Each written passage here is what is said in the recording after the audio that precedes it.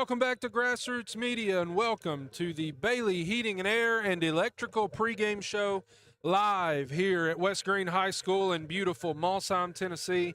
It is an absolutely gorgeous night here on Big Ridge, and we have a Region 1 2A game for you tonight that is sure to be a good contest between the West Greene Buffaloes and the Hampton Bulldogs. Both teams coming in needing a win tonight. For West Greene, Coach Monroe has already said that this feels like a must-win game for his Buffaloes, and I tend to agree with him, as they've got one win already in Region 1 2A, but they need a second one to secure a playoff spot, and they must find one in the form of a victory here tonight over the Hampton Bulldogs, or in 2 weeks when they go on the road to South Greene High School in the Battle of the Milk Can.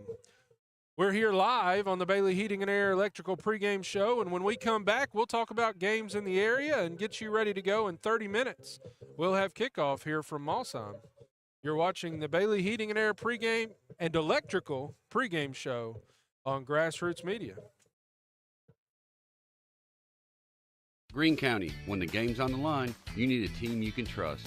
Just like your favorite players on the field, Bailey Heating, Air, and Electrical has been showing up for over 30 years, delivering top-notch service to our hometown.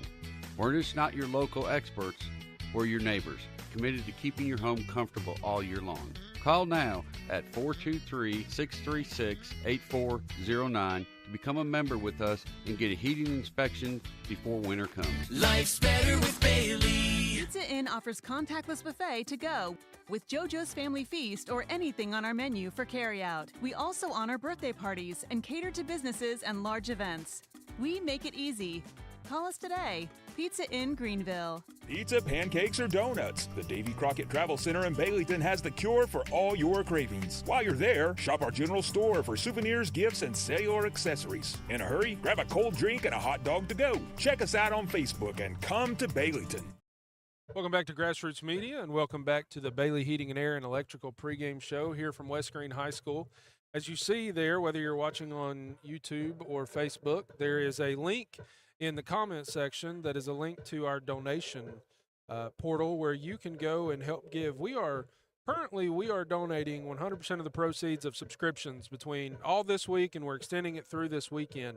We're donating with an even split between Hampton High School, Johnson County High School, and Happy Valley High School, three schools that were tremendously affected by the floods from Hurricane Helene within the last couple of weeks. And as very well noted across media in Northeast Tennessee, Hampton High School was severely damaged. In fact, I've heard reports, obviously I'm not reporting anything that is firm, but I've heard reports that the football field and a lot of other structures there on site, on campus, have been all but ruined. And so it is a community-wide effort, a region-wide effort that it's going to take to rebuild a lot of these communities. And we in Greene County know that very well, with the southern and the eastern ends where the Nolichucky River, and even the western end where the Nolichucky River flows through.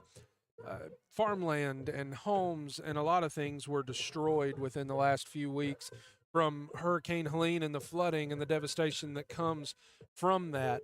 And so just a lot of sadness, but, you know, we got to go back to football last Friday night, and it was really nice. It was a week off for us as far as broadcast goes, and it was really needed.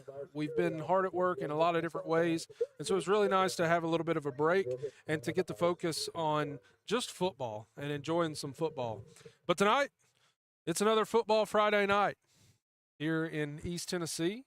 And we have some big games across the region. We'll start going across those now. Greenville, obviously, last night took care of business against Granger County as they picked up the win. They're in Russellville, I guess. I don't know if that's Blaine. I don't know what the exact town area that Granger County is in, but they picked up the win last night, 69-0, as the Green Devils went on the road and took care of business. Tonight, in Region 2, 3A, Gatlinburg, Pittman, and Claiborne will do battle. That's a game where I expect Gatlinburg, Pittman to win pretty handily early and often. Although, you know, the records for Claiborne 3-3, Gatlinburg, Pittman at 4-2, the records are not indicative to really how good those teams are. Tennessee High on the road to David Crockett. David Crockett, a 4-1 team right now, welcoming Tennessee High in a conference game that they feel like they probably, even though at 4-1, they feel like they need to win that game. It's a game where Tennessee High has had a pretty good season. Now, it is important to understand that one of the victories, one of the wins in the win column for Tennessee High is that technicality with Greenville in the first game of the year. It's a game that Greenville won on the field, but the result was switched due to some technicalities, and to be honest with you, it's been so long since then and a lot's happened that I don't remember exactly what happened. So it had something to do with players, and there's a lot of smoke filling Big Ridge here. I don't know if there was see, somebody nuked a clutch. That's a phrase I've not heard before. An engine seems like it's, I don't know. Get somebody on that. Unaka, Hancock County, the battle of 0-win teams. Interesting game tonight is that someone has to get a win. Someone's going to get their first win tonight. Unaka going on the road to Hancock County. Hancock County, a team that we watched earlier in the year when they played North Greene, and it's a team that struggling with numbers right now, just getting kids to come out and play, and it's really been it's affected the success of their team. And Hancock County just looking to get in the win column there. 0-6 on the year. Unaka at 0-4. South Greene on the road to Happy Valley. It's a big game. South Greene on the road to Happy Valley. That is a game right now that is a battle, I believe, for first place in Region 1 2A. As South Greene, again, it's an away game. It's a game last year that most people at home thought South Greene should have won. And by all metrics, they should have won pretty easily. But Happy Valley came down here, ran the offense that they run, which is literally just line it up, put a bunch of people on the line of scrimmage and say, we're going to run it right at you. Can you stop it? And last year, South Greene did not stop it. And Happy Valley came away with an upset victory. Really, that kind of set the tone for them for the end of the year. And then obviously coming into this year as well, as they are sitting an undefeated 4-0 record, according to Coach T. South Greene at 4-1 with their one loss being to David Crockett in the first game of the season. Cloudland, another school that was affected by flooding in East Tennessee over the past 2 weeks, is on the road to Jellicoe. You want to talk about a long ride. I think the easiest way to get to Jellicoe from Cloudland is to hop in a helicopter, because otherwise you've got to take some roads that, one, I don't know if they exist anymore. I'm not really sure what the damage is in Roane County.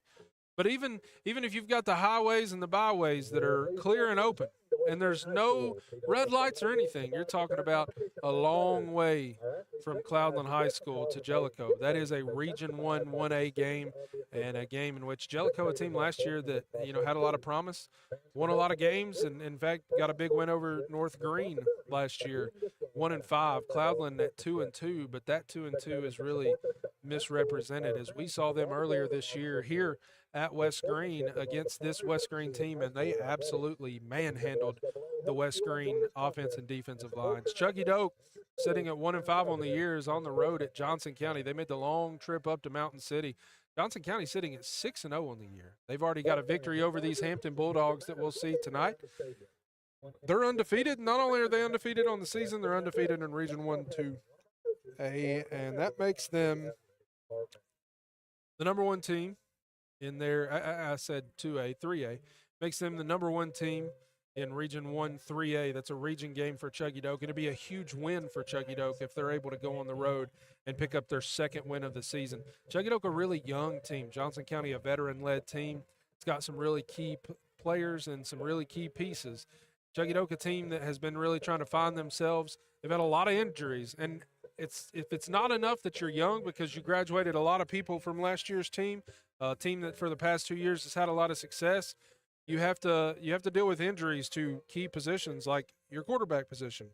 And I, for one, feel like Chucky Doak has done a really good job in I don't want to say hiding those deficits, but really finding a way to scratch out even close games in that they have. The one game win they have is at Unaka. That was the first game of the year. It was one of those games where the offense just absolutely went off. I can't remember, 70 points, 70, 71 points, I believe it was in that game. They have an offense. They have athletes all over the field.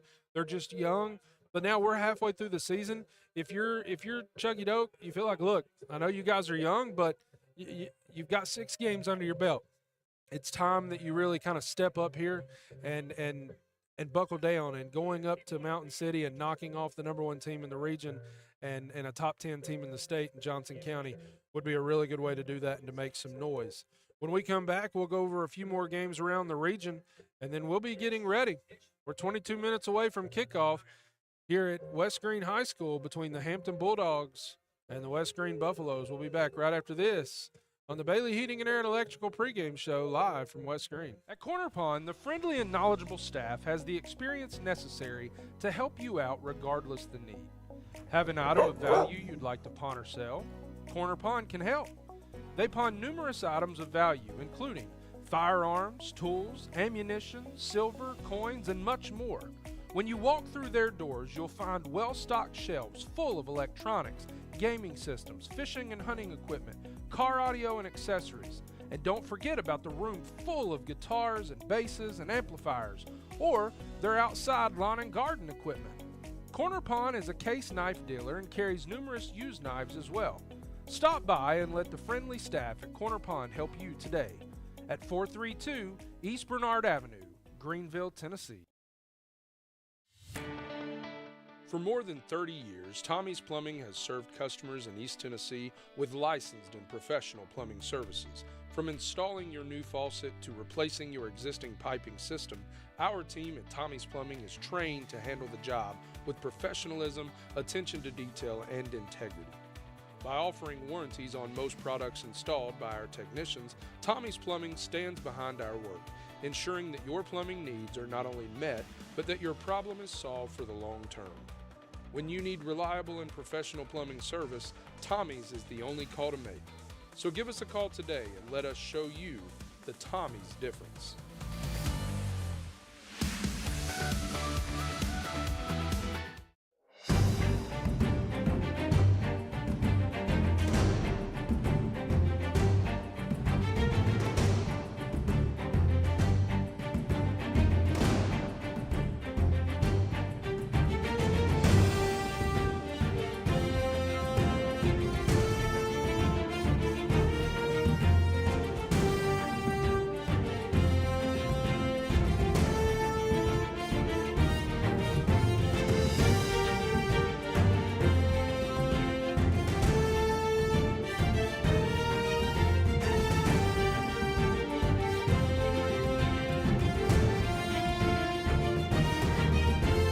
Drug Company services the surrounding communities of Baileyton with excellent patient care using a full-line pharmacy, over-the-counter selections, and a convenient drive-thru. When you visit us, you are treated as a neighbor, not a number. It's not just our slogan, but our culture. We're investing in our patients, local schools, and community. For over 5 years now, we have established ourselves as an independently family-run pharmacy that isn't driven by corporate goals. We are driven by what is best for your overall health and wellness. We're conveniently located so you don't have to make the drive. Prescription drugs are just the tip of the iceberg. We also offer natural remedies, essential oils, at-home medical needs such as walkers, rollators, bath accessories, as well as wound care products. And coming soon, basic urgent care services. What makes us better than other drugstores out there? When you frequent Baileyton Drug, you will receive professional, courteous, and friendly service that goes above and beyond any other pharmacy in the area. Remember, you're a neighbor, not a number.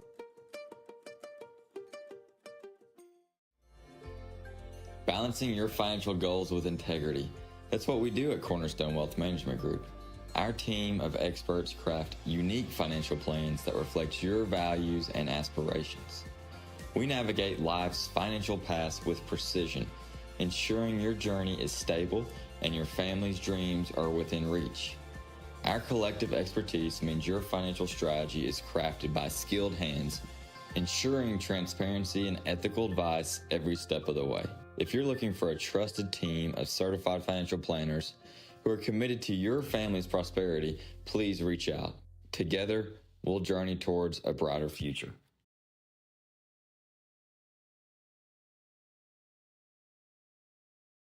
Greene County, when the game's on the line, you need a team you can trust. Just like your favorite players on the field, Bailey Heating, Air, and Electrical has been showing up for over 30 years, delivering top-notch service to our hometown.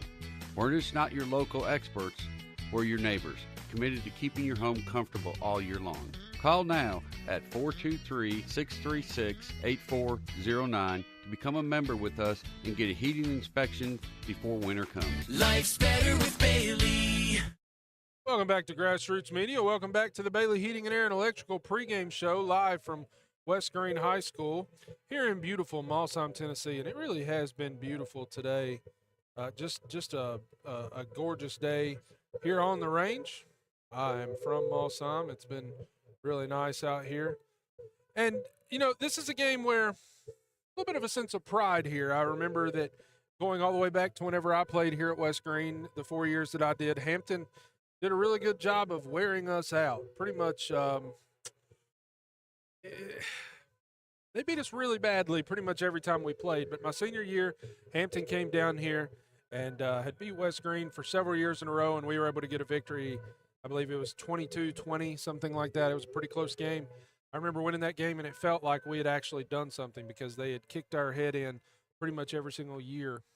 Hampton, a team that has been in 1A for a long time and has been a powerhouse in single A here in TWSAA for years and years and years, and they continue to be a top team in 1-2A as South Greene and Hampton have been the teams to beat of late in this region. West Greene trying to find,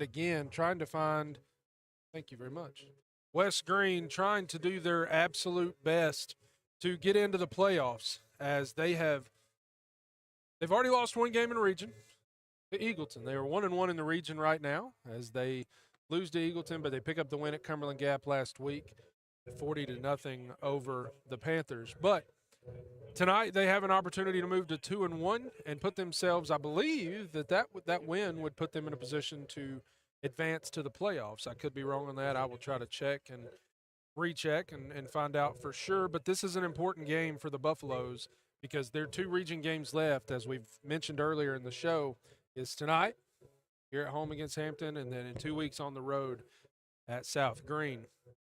Sevier County 6-0 on the year. A team that usually has really good regular seasons and then finds a way in the postseason to struggle it away, having another really good season. They're on the road at Morristown West tonight, a team that is not having the type of season that you would expect out of the Trojans. They are 2-3 on the year. One of those losses, a rivalry game there to East early in the year. East, where Coach Dallas Kirkendall, formerly at Chuggy Doak, is coaching. Elizabethton goes on the road to Northview Academy. Those are two teams with 4 wins on the year. It's a game where Elizabethton, again, feels like they need to win. They're having a season where it's not the Elizabethton team that we've seen in years past, that coming down at the end of the year with game against Greenville is one of those undefeated versus undefeated regions on the line. Of course, that could be the situation. It could be first place in the region on the line, but just doesn't have the same feel, this Elizabethton team. They've been down a little bit this year. Northview getting Elizabethton at home. It'd be a really big win for the Northview Cougars if they're able to knock off the Cyclones of Elizabethton, who are on the road tonight. Meigs County, Pigeon Forge, not a lot that I know about Meigs County. Pigeon Forge is a team that's kind of been up and down. It's a team that's beaten this Hampton team. It's a team that has at times struggled, but also at times has put away teams early. It's a team that year in and year out, last year was a little bit of an exception. They weren't as strong of a team last year as they have been year in and year out, but it's a team that, decent.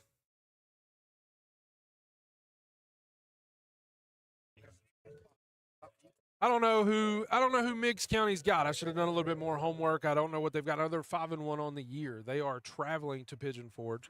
Going to be a little bit of a haul there for Meigs County. Unicoi County on the road tonight at 0-5 Volunteer. Unicoi at 4-1. Obviously a school that has had a lot of devastation in their community, probably in East Tennessee. In East Tennessee, probably more devastation than any other school, I would imagine. Mark Brooks has joined us here. I think he might try to put a headset on real quick. He's going to put a headset on and talk with us there. Got just a minute here before I got to go prepare. Mark, we're just talking about Unicoi County and talking about that community down there. And oh man, that's some total devastation. When if you're talking about the flood and the hurricane and all that hit, that was some total devastation. I've not been right in my head and in my heart for 2 weeks now.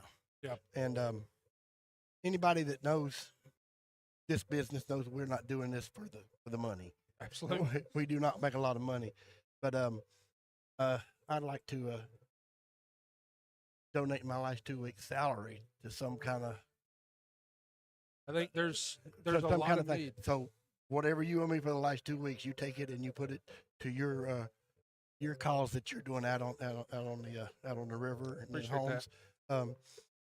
And like I said, we're not doing it for the money. We do it for the love. I'm just lucky and fortunate that all I lost was water. Yeah. I didn't lose a house. I didn't lose a car. I didn't lose a child or a parent or even a pet. And I know that see the pictures, and I don't know if you've been out towards the river, but you look even in Greene County at places like Jones Bridge Road, at the bridge over at Jones Bridge Road, and just the devastation and how high the river got and how fast the water was moving. And I know, Mark, that there's going to be people that are watching us here tonight that are from that area and have been affected by the floods. There will be people in Hampton who are watching this game tonight who have been affected by the flood. And like you just said, we didn't lose anything but water where we're at here in Mossheim. But I see these homes, I talk to these people, and just the stories that they have and the devastation that's just not only in their homes, but you can see it in their eyes. You can feel it when you talk to them. It's something that's really indescribable, and it brings out that real compassionate human side to you. So I certainly appreciate that gesture. And there's a lot of different causes and cases for rebuilding and recovery around this area that I'm sure could definitely use that. It does, and these football, playing these football games, right now means more than a win and loss. You may get a loss tonight on the scoreboard, but you came out here for 3 hours. You got your mind off of things, and you showed real friendship and hope for people from here on out. So the game tonight is kind of a formality, but it's more than just playing on the field tonight. Yeah. It's just being able to get away and It's get an your escape. mind off of escape. Yeah, that's a escape. good word. That's a good word. Well, as Hampton comes out on the field, again, it's a school that we kind of talked about there a few minutes ago. As we move into previewing this game a little bit, it's a school that, the foundation of the school itself was, ravaged. Yeah, they're at the central office going to school. They're practicing on the field across town. I think we're going to do the national anthem right now. We'll take a break Right. and we'll come back right after the national anthem here. And when we come back, it's going to be time for kickoff. Maybe Mark Roth is going to be coming up here. School board member, Mark Roth. I'm going to have two School Marks Mark. up here. Mark, sound like a hair-lip dog, doesn't it? We'll be back right after this on the Bailey Heating and Air and Electrical pregame show on Grassroots Media. At Corner Pond, the friendly and knowledgeable staff has the experience necessary to help you out regardless the need. Have an item of value you'd like to pawn or sell? Corner Pond can help. They pawn numerous items of value, including firearms, tools, ammunition, silver, coins, and much more. When you walk through their doors, you'll find well-stocked shelves full of electronics, gaming systems, fishing and hunting equipment, car audio and accessories. And don't forget about the room full of guitars and basses and amplifiers, or their outside lawn and garden equipment. Corner Pond is a case knife dealer and carries numerous used knives as well. Stop by and let the friendly staff at Corner Pond help you today at 432 East Bernard Avenue, Greenville, Tennessee. For more than 30 years, Tommie's Plumbing has served customers in East Tennessee with licensed and professional plumbing services. From installing your new faucet to replacing your existing piping system, our team at Tommie's Plumbing is trained to handle the job with professionalism, attention to detail, and integrity. By offering warranties on most products installed by our technicians, Tommie's Plumbing stands behind our work, ensuring that your plumbing needs are not only met, but that your problem is solved for the long term. When you need reliable and professional plumbing service, Tommie's is the only call to make.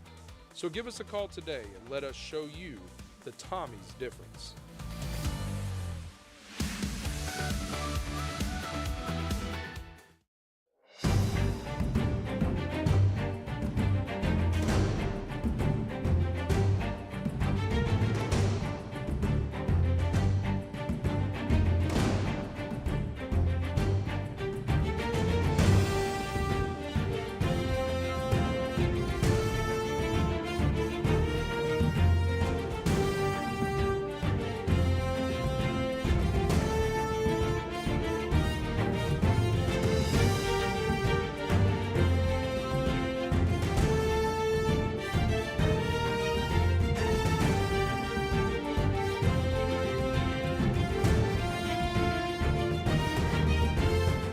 Comcare Inc. is so excited to announce they will have their first annual Benefit Fall Festival and Car Show on Saturday, October 26th at the Greene County Fairgrounds from 10 a.m. to 4 p.m.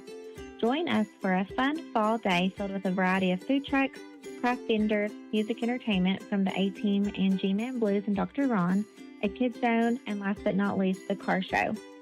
Free admission and parking for spectators, so grab your family and friends and come out to enjoy the day. All proceeds from this event will benefit the people we support at ComCare. ComCare is a nonprofit organization in Greene County that enriches the lives of people with intellectual and developmental disabilities. If you are interested in pre-registering for the car show at a $20 entry fee, being a vendor, or for more information, please contact us today, 823-1971. We hope to see you there.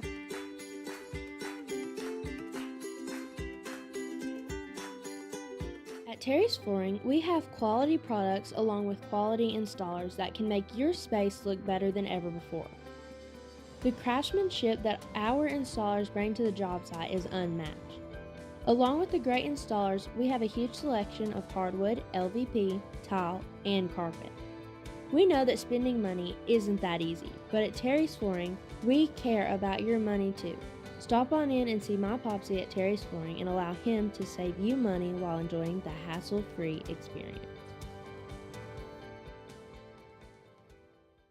Welcome back to Grassroots Media. Welcome back to the Bailey Heating and Air pregame show live here from Mossam, Tennessee.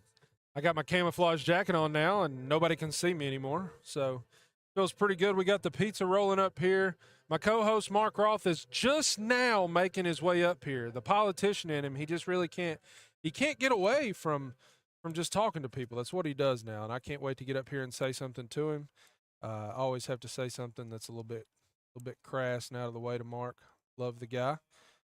Tonight's game, West Greene, Hampton. We've talked about it at length as the Buffaloes are about to come out onto the field. It's a must-win for West Greene. Evan Monroe, those are the words that he used.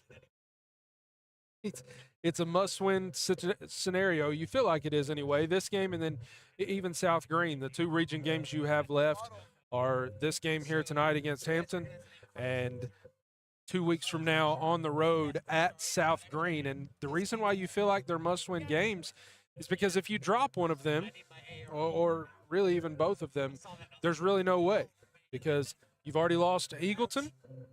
Eagleton holds a tiebreaker over you if you've got one loss.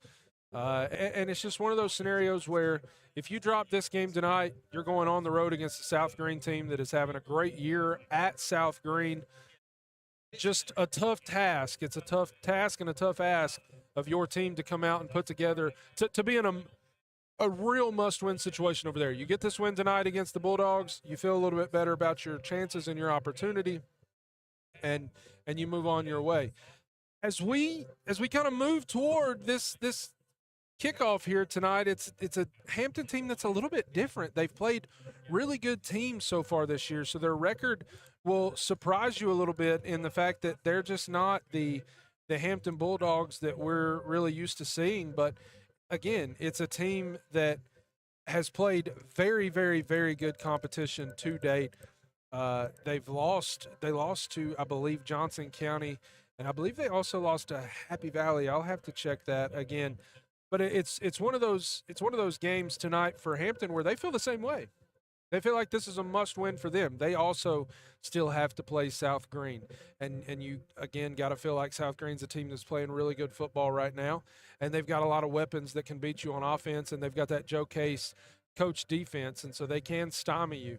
This is one of those years where South Greene feels like maybe they've got a little bit better team and a little bit better chance to knock off the Hampton Bulldogs, and that is the last game of the year. I believe that's November 1st is the date for that game. So for Hampton, it's a similar situation. They feel like this is a must-win type game, and we're going to see the very best that both of these teams have. And it is a cool, crisp fall night. This is going to be one of those games, probably going to be the first game of the year where it's not going to feel very good to get hit. I remember it's not been too long ago. I remember that nights like this, playing on the offensive line, you really didn't like to get hit because it hurt a little bit more as you've got that chill in the air.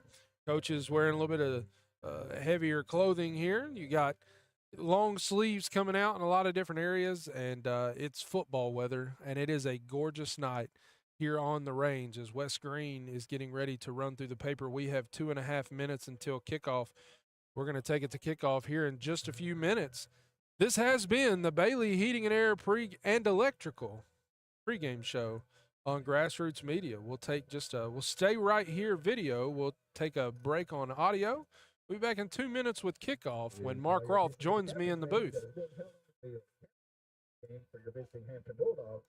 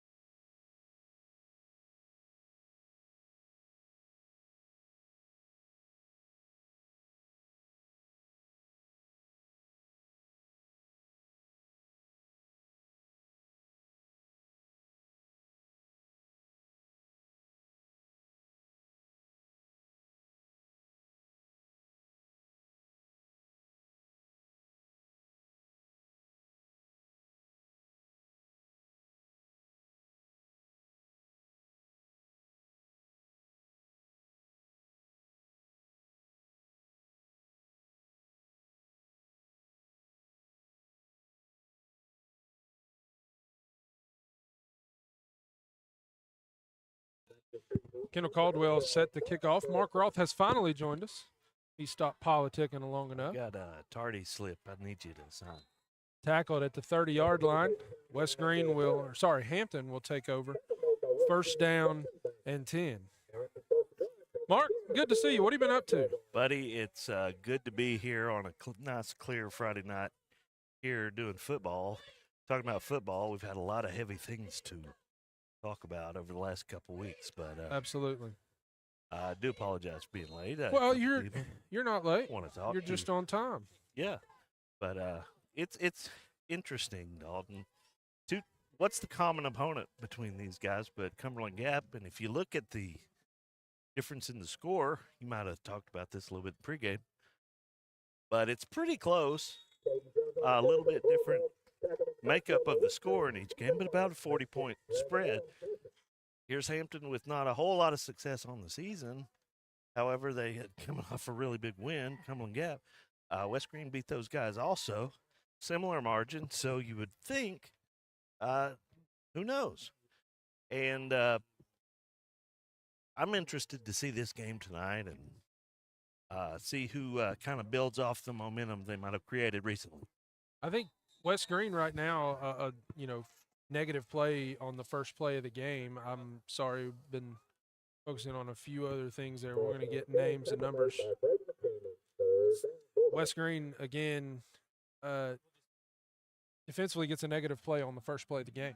Backs him up 2 yards, but on second and 12, the Bulldogs pick up 8. Positive yardage, getting a third manageable situation. It opens up some options for you. If you're very tight formation for them. Yeah, they do. The handoff, Hampton. It's going to be number looks 12, just Dominic enough. Burleson. And I think he's going to be no, they're going to give him enough for the first down. I think he's got just enough. Feels like a decently generous spot. What they did, they kind of overload student body right there, tight to kind of an off-tackle run with a bunch of blockers there. But, you know, third and short, you talked about it. Got them a negative play first down, but they picked up a big chunk on second, made that possible. Yeah, it's, again, when you get behind the chains, you've got to get back ahead. Yeah. Going in motion, handoff underneath again to Burleson. He's going to find a hole. He's going to be off to the races, and Alex Johnson's trying to chase him down. Austin Franklin, he cuts fields, makes a couple more moves. He's going to be tackled just short of the 5-yard line. It's going to bring up first down and goal. Yeah, they opened up a big hole as they got to first down, put two receivers split, one on each side, opened up a little bit of space and got one crease. And they did well there to keep him out of the end zone, but they're going to be in favorable position to score here early in this game. You know, if you are West Greene, for West Greene, you feel like, you know, you start the drive with a 2-yard loss, and I believe he's in. Touchdown Hampton. I didn't think second effort, Isaiah Belcher into the end zone for Hampton, and just like that. Yeah. Good start, Hampton kind of goes spoiled if you're West Greene. If you're Hampton, they overcame a little bit of adversity on play number one, but big third down, big run, and cashed it in for 6. Didn't really have the opportunity to say what I wanted to say. You start out with a 2-yard loss, and you put them in 3rd and 4. They pick up barely enough for the first down. You feel pretty good about where you're at, and then you give up the big hitter. You just can't do that. Handoff again. That's number 15, Isaiah Belcher, and Belcher's in for the 2-point conversion. And Hampton takes the lead. Just like that. Over West Greene, 9:30 to go. Hampton takes the lead, 8-0. We'll be back right after this on the Korner Pond Friday Night Lights, presented by McAfee and McAfee Attorneys at Law. This is the Tommie's Plumbing Game of the Week. At Korner Pond, the friendly and knowledgeable staff has the experience necessary to help you out regardless the need. Have an item of value you'd like to pawn or sell? Korner Pond can help. They pawn numerous items of value, including firearms, tools, ammunition, silver, coins, and much more. When you walk through their doors, you'll find well-stocked shelves full of electronics, gaming systems, fishing and hunting equipment, car audio and accessories. And don't forget about the room full of guitars and basses and amplifiers, or their outside lawn and garden equipment. Korner Pond is a case knife dealer and carries numerous used knives as well.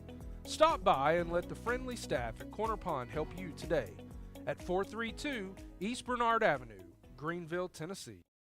Back here at West Greene High School as Hampton gets set to kick it off to the Buffaloes. It took them only 5 plays to score. In fact, we'll call that 6 plays to score, and then they got the 2-point conversion. Mark, if you're West Greene, you kind of feel like you've got to score quickly and respond right here. You know, Mike Tyson used to say everybody's got a plan until you get punched in the face. You know, it's kind of like punch in the face. Hey, first drive, we get the ball, we go right down the field, score.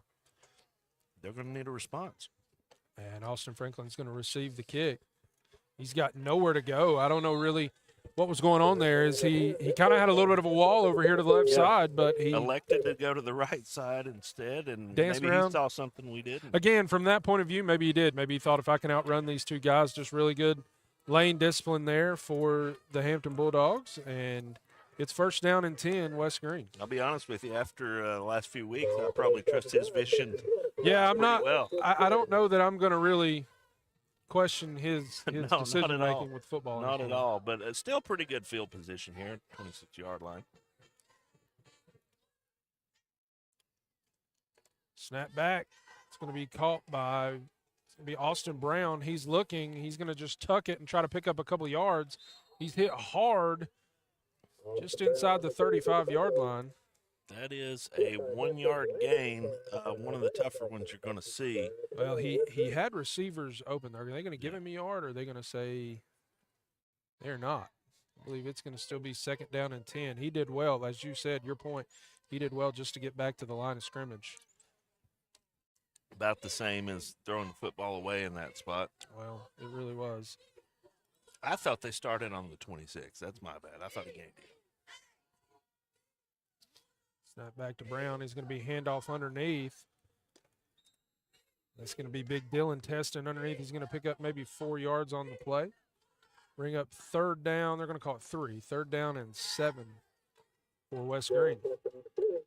And, you know, what I was saying was as Brown rolled out to the left there, he's got to shift his shoulders and things. He had receivers downfield, but I, as you said, I kind of like the idea of not trying to throw it into harm's way if you don't have to on your side of the field. Yeah, you don't want to turn a little bit of a rough start into a bigger rough start, and that's what he had an opportunity to do. Brown rolls out. He's getting chased from behind. He's going to throw it up to Franklin, and it's going to be knocked incomplete out of bounds. And again, you know, seeing Franklin down there and just throwing it up to him is never really a bad play if you're Austin Brown. I'll tell you when they review this film, what Coach Monroe's going to see is several of his linemen looking at several defensive linemen who are already past them chasing after his quarterback. No coach is going to want to see that, and that led to a very difficult throw. But yeah, you know, leads to a punt. If you're having to roll out as soon as you receive the snap, it's not really advantageous to be able to find open receivers. No, in fact, it is your not. receivers really don't have an opportunity to get open. Decent punt. It's going to be received by Peyton Townsend, and Townsend is going to be hit and dropped down at the 41-yard line. Pretty decent open field tackle there. Coaching staff up here not real a fan of that. Not much of a return. Yeah, really good job of punt coverage there if you're West Greene. It was a good punt. Didn't have a whole lot of hang time. Pretty good distance there. Good job getting downfield and covering the punt. And Peyton Townsend with the minimal gain. Yeah, and I'm curious, Mark. Yes, sir. If Peyton Townsend is kin to Adam Townsend of Hampton. Adam Townsend was a running back at Hampton when I was in high school, and one time carried the ball 6 times for 6 touchdowns here at West Greene High School. Is that good? He was good, and that was good. After a gain of 9, we'll call it 8, Isaiah Belcher is going to be brought down. That's a really good run on 1st down. So, a lot available to you. Whereas you contrast with the previous drive, where not much on 1st down, not that much on 2nd. We see that formation, you know, the shotgun, single wing running back with kind of an H-back close to one side or the strong side. They were able to do a little better there, but it's a much longer 3rd down conversion than what Hampton's got here on 2nd down. We'll see handoff underneath. It's going to be enough for a 1st down, and picking up the 1st down on the ground is going to be Dominique Burleson. Yeah, and if you're getting 4 or 5 yards on a dive this early in the contest, your coaches are going to be real happy about that. And it's a lot of push up front right now for the Hampton Bulldogs. They are contrasting with the Buffaloes' first drive. There wasn't a whole lot of blocking going on, pass protection going on anyway. And the Buffaloes getting driven off the ball right now, and you can't do that against a team like Hampton. Yeah, and I think every coach at every level is going to talk about line play. Right now, it just looks like execution-wise, Hampton's having the better go of it earlier. There is a flag on the field, so we'll see what that's about. I'm going to imagine it was going to be a holding penalty there for Hampton, and if you're West Greene, that feels like a real break. Yeah, they seem to be getting ready to walk backwards. We'll wait for the call. 2 fouls on both teams. Holding on Hampton. Face mask on West Greene. Okay, they should so those offset. are gonna offset. And they will. So we go back to 1st and 10. Back to 1st down. I can hear Barry Carter in my head right now. So that play don't even count? It don't count. Don't count. It don't count. Why do we even play? Why did we even? I mean, somebody could have got hurt on that play, Mark. Well, we play to win the game. That's why we play. 1st and 10, Hampton. And we'll see if Hampton continues. The thing about an offense like this is you can lull the defense to sleep, pop a tight end out, pick up big yardage. I mean, 2 lead blockers plus everybody on the line in tight. Well, you think about that. That's 10 guys straight ahead. And Dominic It's hard to Burleson commit. there, I don't feel like he was touched by a West Greene defender until 7 yards down the field. I mean, if you're not used to seeing an offense like this, it can be daunting. I mean, if you look here, there's no split ends. You're talking about essentially two fullbacks, lead blocking for the guy. You know he's getting the ball, and yet here he goes for really 10 yards. Yeah, and Peyton Townsend there, he's kind of that change of pace back for Hampton. Going to get a timeout from West Greene. We'll stay right here and talk about this for just a moment. Sure. He's kind of that change of pace Yeah. back for Hampton. And if you're a defense and time again, you continue to get blown off the ball, even if you're making plays. Sure. If you're having to be concerned about, I know that ball is coming right at my face. Right. I've got to stay right here, take on a blocker or two, and make a play. Yeah. And then you get somebody like Townsend under there who's more of a scat back type. Right. It's kind of tough to. It's the hardest thing in football because at some point the X's and O's and the strategy of it, it really turns into, it can be numbing. You know, you got this, you know it's coming, and can you stop it? And when a team gets momentum with all those blockers and you're not really able to stop it, you can get past your pain threshold pretty quick, and that's very difficult for Coach Monroe and his staff. Yeah, and it feels like, the game goes a lot faster. Yeah. Because they're just running the ball. Now. Yeah, it's like quicksand. You just wonder what can we do to stop this. Yeah. And right now, Hampton is used. This is an offense that's built for 3, 4, 5 yards in a cloud of dust. So one of the things that was a much better great job by West Greene effort that time. And it really comes down to what are you doing with your gap assignments in that formation. So who's going to get the lineman in front of me? Who's going to come for the lead blockers? Who's going to take care of the running back? If you're disciplined in your gap assignments and you beat your guy, you can absolutely stop this offense. That's why you don't necessarily see it at the collegiate level and pro level as much, is because you can stop this. It's just that's a really good. But Austin Franklin almost makes a silly mistake there. Maddox Wilson gets outside, and Austin Franklin does a great job of stopping the run. But now we'll see what they do on third down. But it's almost like Hampton had them caught in something. Yep. It was really working. That timeout. It looks like they got something fixed, at least short term. We'll see as the game progresses. That situation where two good plays by the defense. Yes, lull them to sleep with the run, and you may see a little pop pass here. Split in here. That another handoff underneath, and I don't think he's going to pick it up. He's not. He's going to be short. It's 3 good runs, but it did not add up to 10 yards. And you know what? They may be thinking about, hey, we've had a lot of success. We'll just go for it here. Sure. 4th and 1. 4th and 2. Boy, that's a but long if I'm two. West Greene, I've got one guy on anything they put. I'm putting my corner on an island if they split a guy out, and I got 10 people sold out to the run. Yeah, this is a big play. A lot of folks in the defensive backfield for a 4th and 1. Toss play, well executed. Had a chance, but he cut back, made a really good move. Good job there. The defender for West Greene, I didn't catch the number. He did his job. He stayed outside, forced the play back inside. Unfortunately, he set the edge. He should did have not had some have help in behind anybody him. coming from the interior of the defense. You're right, and that allowed that halfback to make a move to the inside for the first down. Pretty well executed by Hampton there. 1st and 10. 2 split wide here, but I still expect to run. Good job by West Greene there on the defensive penetration. Going to bring up 2nd down and goal for the Buffaloes. Yeah, that time they did a much better job of getting that defensive line penetration that you want to stop a straight-ahead dive run like that. There's been a couple of times for West Greene that they've had that. You've just got to have that more consistent. I think that the coaches would just say, hey, it's about one-on-one matchups. You'll hear this at many levels of football. You got to win those consistently, and when you don't, you're going to get run on. And it's a back-to-the-wall situation for them here early in this contest. Pitch out to the right to Burleson, and Burleson has a convoy. There is a flag. Flag on the play. Touchdown. Maybe a hold there. hearing too many minutes. We got another flag, and I believe this one's going to be on West Greene. Yeah. So we're going to probably have another one of those offsetting issues. Possibly injury on the if play. you've got too many on defense, and then maybe a personal, it possibly goes against West Greene. We don't know the infraction just yet. Hope this young man's okay. He's covered by the lower third on the actual broadcast. So West Greene has an injured player.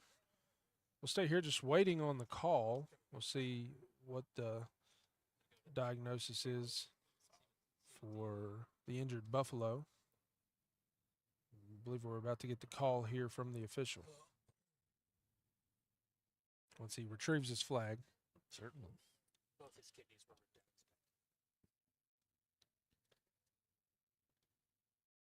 removed. Got a live ball holding. I heard that. So now the question is, do they offset with something that... Here we go. Here's the official call.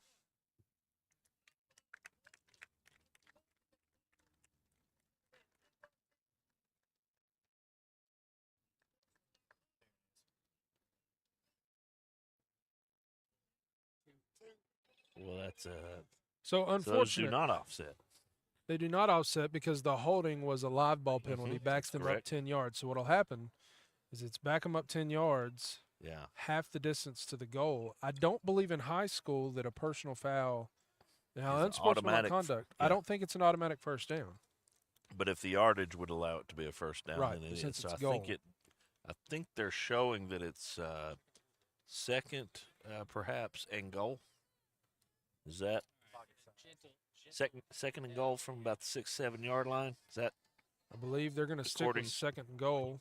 Because you're right, it's not an automatic first down, and there wouldn't be yardage for a first. It's goal to go, but it's half the distance. No, but really if you're tough West time Greene, for an unsportsmanlike conduct penalty. If you're West Greene, you really, it's a boneheaded play, and that was your leader, Austin Franklin. Yeah, and he's done a lot of things right, this season.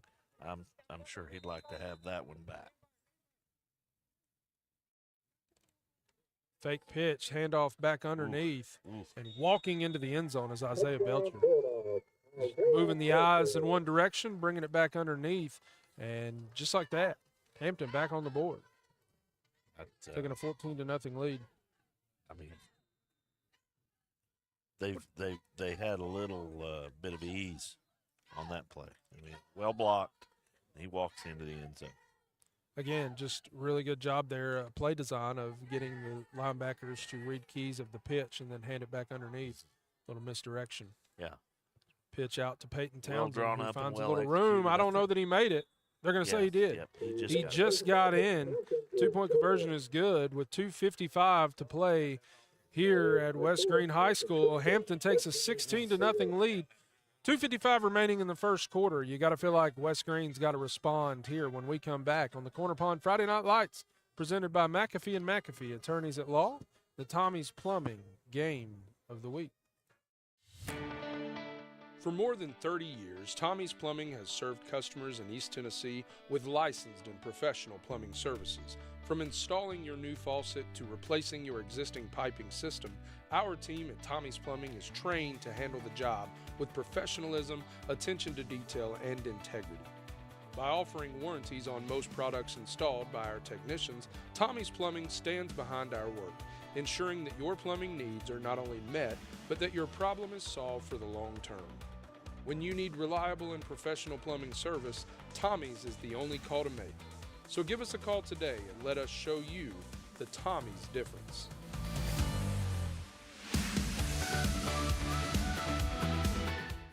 Back here at West Greene High School, Hampton taking a 16-0 lead, and you don't feel like 16-0 is a commanding lead, but in a situation like this, it almost feels like it may be insurmountable. I think it's the way that lead came to be. It's very difficult for this team. A little chippy down there, but that's kind of the way it usually goes. High school football. That's a little bit of that's all right. These guys want to win, and that's fine. But you're right to the extent that West Greene really needs a response here. Hampton, to make this Hampton a and game. West Greene, a rivalry game of sorts. They've been playing each other for a number of years and keeping that rivalry alive here tonight. Yeah. And 1st and 10 Buffaloes.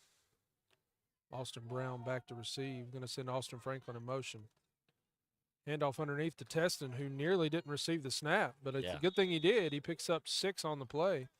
Bring up 2nd down and 4 for the Buffaloes. On that play, they had a little more eye candy, a little bit more motion, a couple different options when you looked at that formation for them. There's a lot of different things they can do, and that was executed very well. Simple zone dive, but you get that defense thinking a little bit. Well, they might be going to the motion, they might be passing, and that opens things up a little bit. So here we go with sweep this time, a bit of a buck sweep there, and defensively Hampton was ready for it. Teston gets tackled in the backfield. It's going to be a loss of. They're going to give him a yard. I don't know that I think that's a very. It was 2nd and 4. Little bit of a loss of yardage there.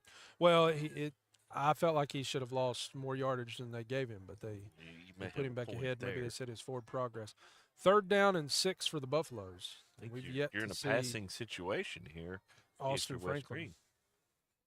Austin Franklin's taken off down the field, and he was going to be open. Pass is going to fall incomplete after being knocked out of Austin Brown's hands. It was tipped right at the line of scrimmage. 4th down and 6. Change of possession there mainly. That's a defensive line execution there. A lot of guys got through there and got the hand on the ball. Franklin looked like he had beat his man and was going to be one-on-one. Yeah. I don't think that ball was going to Franklin. I think that was going to be going to the out route right at the sticks. But Franklin was open. Yeah, that's one they'd like to have back, And West Greene doesn't have 11. They do now. It's going to be a real point of frustration for West Greene coaching staff there. Great punt by Austin Franklin, and Townsend's ball. going to go back. He's going to receive it. Townsend looking for a little bit of room, and he finally finds a little bit. I think he's going to get up to the original spot where he actually fielded it. It's going to bring up 1st down and 10. A really great punt there by Austin Franklin. That's what you want out of your punter for certain. Austin Franklin can run, he can throw, he can catch, and he can punt. It was a great punt there by Franklin. And, so he's good at football. In a situation like that, yes. In a situation like this, though, you like that being able to flip the field, but you also have to, at the same time, be able to play defense. And right now, it just feels like, West Greene really needs they need to be and a lot of room. I believe that's Burleson. He's going to break 2 more tackles as he continues to just march down the field. And it really does simplify the game. When you can do that dive off tackle running, and you can get that kind of yardage, that kind of success as a result, you don't really have a whole lot of motivation to do much else. And that's going to be incumbent on the opposing defense here, West Greene defense, to make a stand here. Probably going to sell out to the run here. Under a minute to go. Our scoreboard has frozen. Got behind us. Bring up 2nd down and 5. I believe it's going to be a 2nd and 5 for the Bulldogs. Again, just continuing to run it at will are the Bulldogs. Yeah, you'd think they didn't have that much there, but, it turns into 5 yards, and the 5-yard run's a good run. And 2nd and medium here for Hampton as they come to the line. One split in on the far side. 2 lead blockers. You got to think this is another run, Dalton. Gonna be a pitch out to Townsend. Really good job by Dylan Teston. Yeah. They're going to call him for a face mask, I believe. I believe they're going to call Dylan Teston for a face mask, and if they do, I'm not going to really agree with it. It's either a hold or a face mask. He threw it right there in the backfield. They're going to call it face mask. Yeah. It was not a face mask. Unfortunately, they don't have the opportunity to see from up here. They're a lot closer. Incidental face mask. Incidental, again, don't know that I even saw that, but That's really a shame, too, because that's probably one of the better executed defensive Really plays good of the job. night. I mean, they had that run well defended, set the edge, and had help to finish the job. Didn't look like any kind of face mask, but as such as it was, really 5 came yards. from the linebacker spot there, and that's going to do it for the first quarter play. As Teston came from the linebacker spot, he did not hold anything back. He literally saw where he was at, Yeah. came downfield, wrapped him up. Yeah, They said he got a hold of his face mask. I didn't see that. it but looked like a textbook tackle to me. But we'll be back Yeah. with the second quarter of play. Hampton leading West Greene 16-0 here on the Corner Pond Friday Night Lights presented by McAfee and McAfee Attorneys at Law. The Tommie's Plumbing Game of the Week. Balancing your financial goals with integrity. That's what we do at Cornerstone Wealth Management Group. Our team of experts craft unique financial plans that reflect your values and aspirations. We navigate life's financial paths with precision, ensuring your journey is stable and your family's dreams are within reach. Our collective expertise means your financial strategy is crafted by skilled hands, ensuring transparency and ethical advice every step of the way. If you're looking for a trusted team of certified financial planners who are committed to your family's prosperity, please reach out. Together, we'll journey towards a brighter future.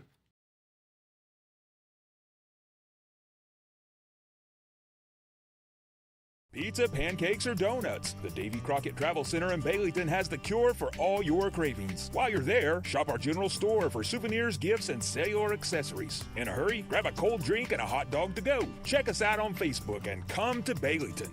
We're back here at West Greene High School. Second quarter starting. Handoff to Burleson. Dominic Burleson is going to bowl over, continue to keep those feet moving. He's dragging West Greene defenders. It's going to be another first down for the Bulldogs. Well, this is second verse, same as the first, Dalton. We start this second quarter with really a repeat of what we saw in the first, which is just, it's not exotic what they're doing. This is straight ahead downhill running, off tackle, straight ahead running. Or, not sometimes just straight ahead. And there's Got a flag maybe on the play. maybe a hold here, maybe another And face mask. We don't. As we're waiting on this, it is going to Yeah. be a hold. They're going to back him up from the spot of the foul. Probably going to be first down and 20. Yeah, usually when Kyle, you our see that, producer, just gave an incredible stat. We are through the entire first quarter. There's not a single reception or receiving yard for either team through the first quarter of play. Be interesting to see this how long is that keeps up. leather helmet football here on the range in 2024. Yeah, we've taken a step back. Unfortunately for West Greene, they are losing that style of football right now. First down and 20 for the Bulldogs. Now, I will say this is not – now, if you're having success gashing for 8-9 yards a carry, it's not a big deal. But if you're a team that's set up to run the ball a lot, this is not really what you want. And a little pop pass, and he's going to keep it. Going to keep it around the end is Maddox Wilson. He wanted the little Tebow jump pass, but he's tackled out of bounds. I think he's going to be back at the original line of scrimmage. Going to bring up second down and 10. We'll see. Actually, no, they're going to say he stepped out. Second and looks like 12-13. But that's much better than what they're usually seeing on second down for West Greene. And so they're going to try to capitalize on this and try to get a stop. They've done well at times in getting defensive line penetration. They're certainly going to be looking for that here. And off to Burleson. Burleson's tripped up at the line of scrimmage and falls forward for a gain of 2, maybe 3. It's going to be third down and long. We'll say third, and we'll see where he spots it. It's going to be 3rd and 9, 3rd and 10. I think if you're West Greene coaching staff there, you'll take that effort on second down. Not a whole a few yards, 2-3 yards maybe, but third and long here for what seems first time in a long time for Hampton. if you're Hampton, do you try to throw right here? No, or do you run it? You're going for it on fourth down. I think 2 runs here, based on where you're at in the field and the success you've had, I think they're looking, well. Screen? What do I know? Going to be a screen That's to big number man. 40. And that is Jaden Kuhn on the reception. And it's going to bring up fourth down. Again, same thing that you were saying, Mark. I will say that's the most blatant illegal man downfield I have ever seen in my life. Usually on a pass play, you don't see all the O-linemen sprinting 5, 6, 7 yards downfield to block for the screen the way they did there. But maybe my eyes are deceiving me. Fourth down and 4. If you're Hampton, you feel pretty good about this right now. Yeah, pretty well executed there on third down. You gotta be confident about this. Pitch out to Burleson, and he's going to be tackled, but not until he gains enough for the first down. It's going to stop the clock momentarily. Yeah, if I'm Hampton, I'm going to go back to that screen at some point. That number 40 is a big young man to be trying to bring down and tackle, and did pretty well to catch the ball thrown to him. Got an official timeout. You got a player down on the field. I didn't see him there. So we'll take a break, too, here in this injury timeout. 8:47 to play here in the first half. Hampton leads West Greene 16-0. They have the ball first down and 10 when we come back.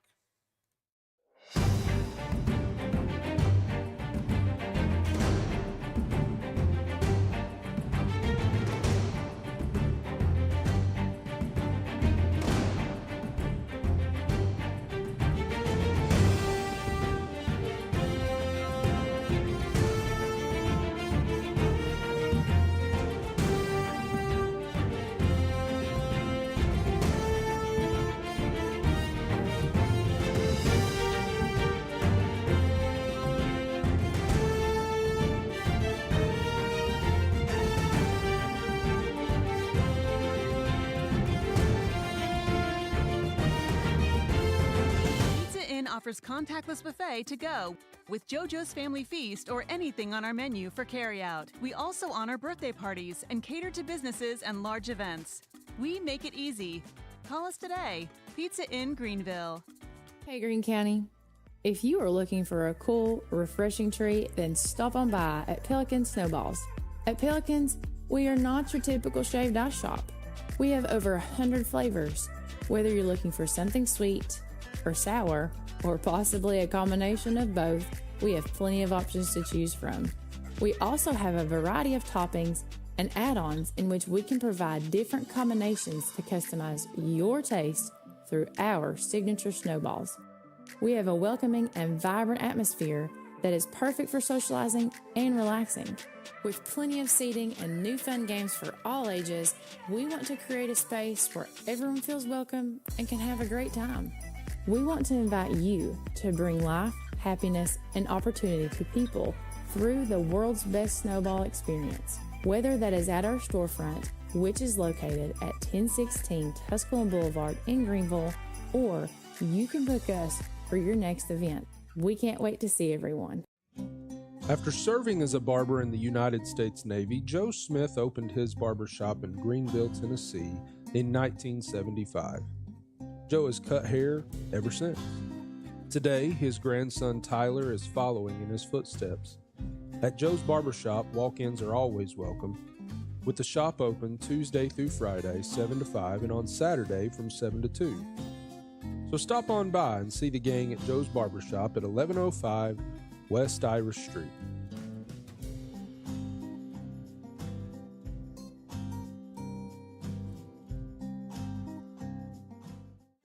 Concert Inc. is so excited to announce they will have their first annual Benefit Fall Festival and Car Show on Saturday, October 26th at the Greene County Fairgrounds from 10 a.m. to 4 p.m. Join us for a fun fall day filled with a variety of food trucks, craft vendors, music entertainment from the A-Team and G-Man Blues and Dr. Ron, a kids zone, and last but not least, the car show. Free admission and parking for spectators, so grab your family and friends and come out to enjoy the day. All proceeds from this event will benefit the people we support at ComCare. ComCare is a nonprofit organization in Greene County that enriches the lives of people with intellectual and developmental disabilities. If you are interested in pre-registering for the car show at a $20 entry fee, being a vendor, or for more information, please contact us today, 823-1971. We hope to see you there.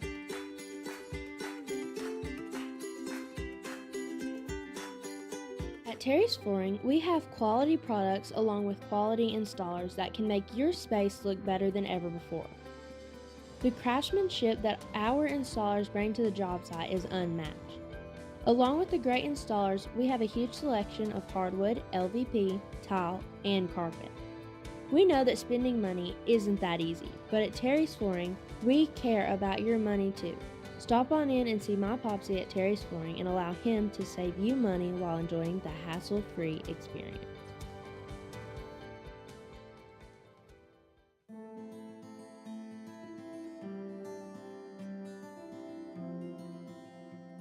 My name is Robert Starnes. I'm a lifelong resident of Northern Greene County, where I currently reside here with my wife and 3 children.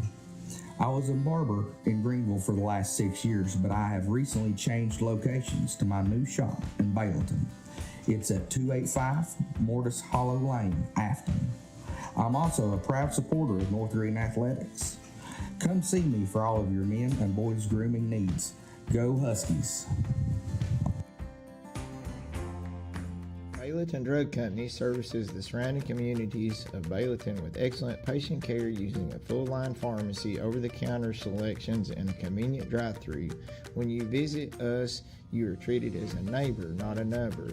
It's not just our slogan, but our culture. We're investing in our patients, local schools, and community. For over 5 years now, we have established ourselves as an independently family-run pharmacy that isn't driven by corporate goals. We are driven by what is best for your overall health and wellness. We're conveniently located so you don't have to make the drive. Prescription drugs are just the tip of the iceberg. We also offer natural remedies, essential oils, at-home medical needs such as walkers, rollators, bath accessories, as well as wound care products. And coming soon, basic urgent care services. What makes us better than other drugstores out there? When you frequent Bayleton Drug, you will receive professional, courteous, and friendly service that goes above and beyond any other pharmacy in the area. Remember, you're a neighbor, not a number.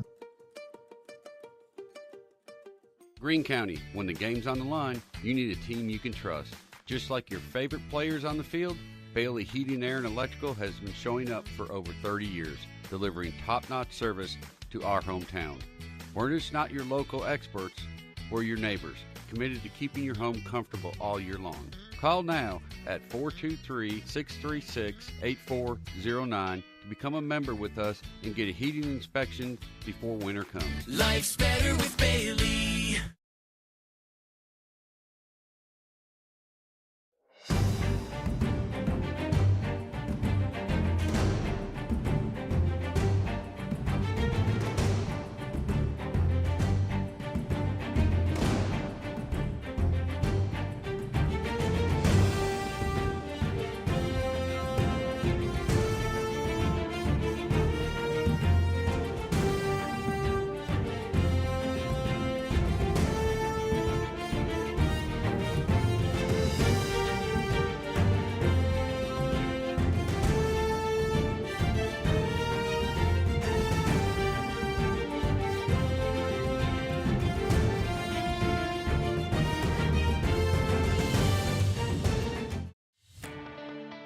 For more than 30 years, Tommie's Plumbing has served customers in East Tennessee with licensed and professional plumbing services. From installing your new faucet to replacing your existing piping system, our team at Tommie's Plumbing is trained to handle the job with professionalism, attention to detail, and integrity.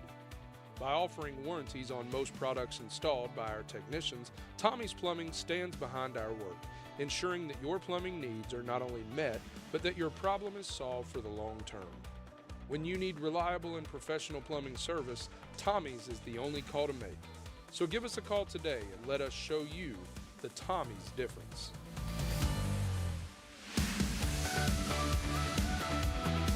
At Corner Pond, the friendly and knowledgeable staff has the experience necessary to help you out regardless the need. Have an item of value you'd like to pawn or sell? Corner Pond can help. They pawn numerous items of value, including firearms, tools, ammunition, silver, coins, and much more. When you walk through their doors, you'll find well-stocked shelves full of electronics, gaming systems, fishing and hunting equipment, car audio and accessories. And don't forget about the room full of guitars and basses and amplifiers, or their outside lawn and garden equipment. Korner Pawn is a case knife dealer and carries numerous used knives as well. Stop by and let the friendly staff at Korner Pawn help you today at 432 East Bernard Avenue, Greenville, Tennessee.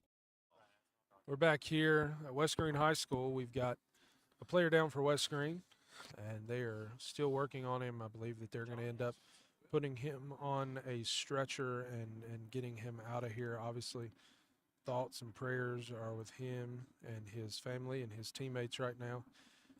This is becoming all too frequent, Mark, at these games. I think this is every game we've done this year, I believe that we have had an injury of this magnitude or some description. Yeah. Where a player has been loaded up and taken out on a stretcher, helicopter, ambulance. We've legitimately had all of those, and it's becoming more difficult to watch. Yeah, it's a tough thing to see, Don, and well said. And I think sometimes, when we see this, the hope is that this is out of an abundance of caution, and that taking these steps might lead to a better outcome, that eventually you have a higher likelihood of recovery and that sort of thing. And so if you see something that looks like it could be a bad injury, you want to take every step you can to make sure that every precaution is undertaken. And so that's what we're doing, taking a little extra time.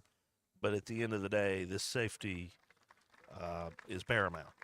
And so we certainly hope that in the end there's going to be a full recovery here. It's certainly difficult to watch anybody's child and student and friend and sibling and the like be put on a gurney and head towards an ambulance. But you just hope that this is out of an abundance of caution and that the young man's going to be all right.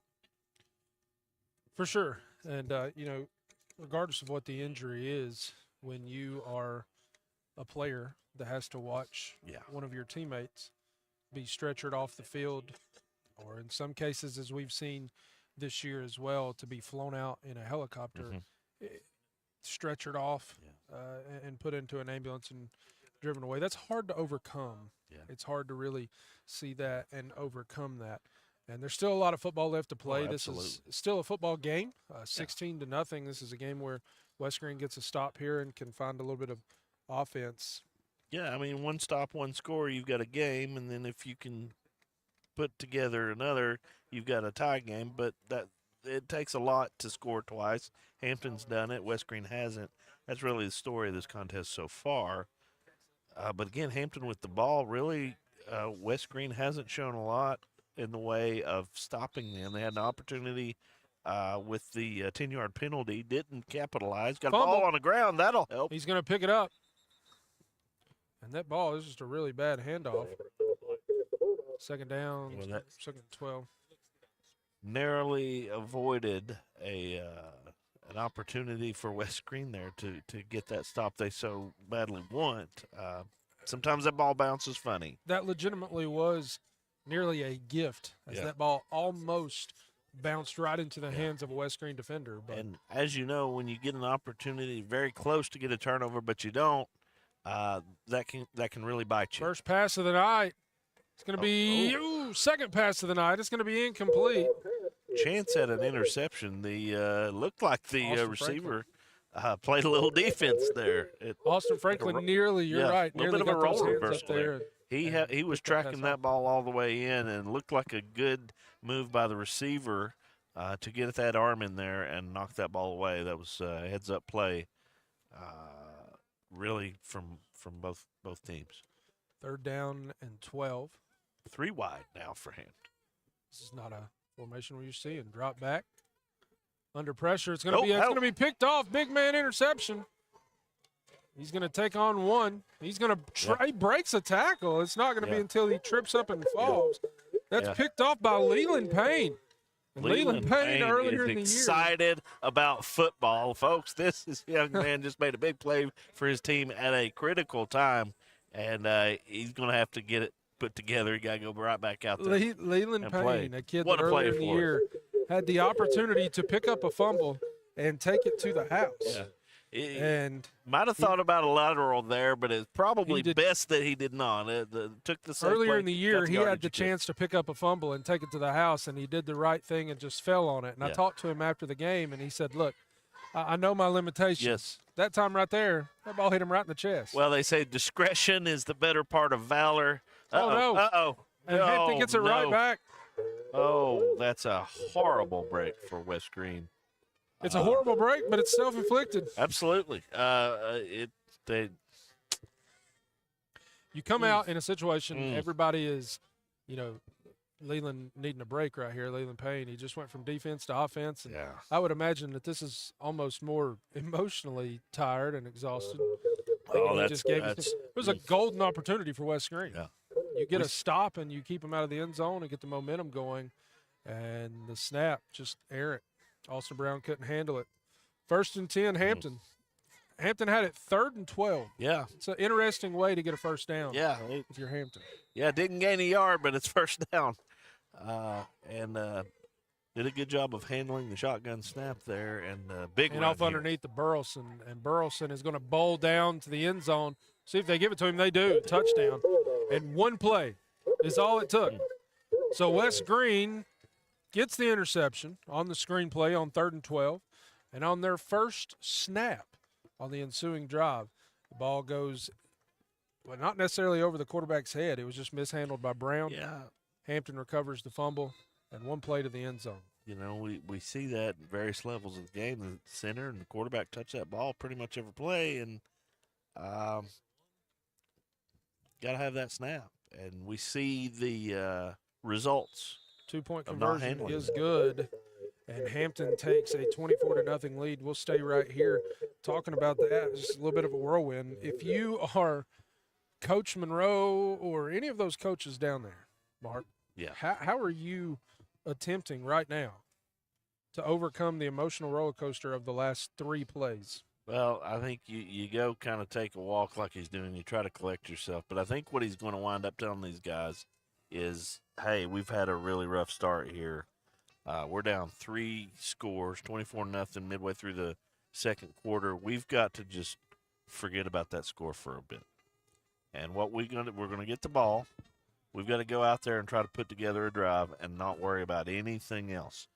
And maybe you put a few plays together, get a first down, and you build on that. And like Legos, you just can we build on something to claw our way back in this game? Because right now, they've come out and got 3 haymakers thrown at them and have landed. And a big emotional moment when they got the turnover and gave it over right back. Yep. That's devastating. So we'll feel see how like they respond here. If you can score here, you still like your opportunity. Again, I believe West Greene kicked it off to Hampton to begin the game. Yeah, I mean, we saw that in the Alabama-Georgia game, right? I mean, first half looks like this is going to be a beating, and then in the second half, you see a team come out, start to put together a few things, actually come back for a moment. Now, in the end, they didn't come back and win, but Georgia didn't. But the idea is you just focus on this one drive, this one play, and you try to stack a few good things together. Going to be a real mountain to climb if they can't get a little bit going here before halftime. They're going to need, and they've got Austin Franklin at quarterback. They're gonna need to have something sparked with Franklin. He's been kind of quiet here tonight. Yeah. And just like that, he finds a little bit of running room into the defensive secondary, and he's going to pick up a first down. Well, that's it's exactly what you need to see. It's an inventive way to get the ball in his hands. You want to do that a lot. Coach Monroe says, we've talked to him about that. Why do you like having Austin Franklin at quarterback? And he says, look, he's our most dynamic player. He's our best athlete. We like to have him be able to make plays. Now, you like sometimes for him to be able to get out in space and make plays, but you need him to touch the football more than anybody else. Yeah, on the you'd field. rather not have him between the tackles, but on that play, they kind of had to do that, and it worked. And be a flag on West Greene. We're probably gonna a see. hold here. Could be a chop block. We'll wait to see the official call. Is that the line of scrimmage? And I believe it is going to go The back. ref is pointed wrong way for the Buffaloes, correct way for Hampton. It's all on your perspective. South Greene and Happy Valley are tied 0-0 at the half. It is going to be against the Buffaloes.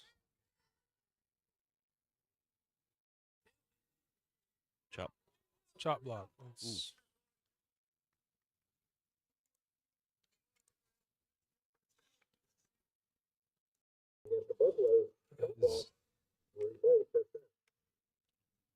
First and 25, the West Greene Buffaloes. and the clock will run. I thought that's what it may have been because where the flag came in, there was an offensive lineman on the ground. It's usually what that means. Chop block, everybody that doesn't know, is you've got a guy that's engaging up top. Which is what you're supposed to do. At the legs. But you can't come in and chop down at the legs. It's very dangerous. Franklin to be sacked in the backfield. You're going to call that a sack.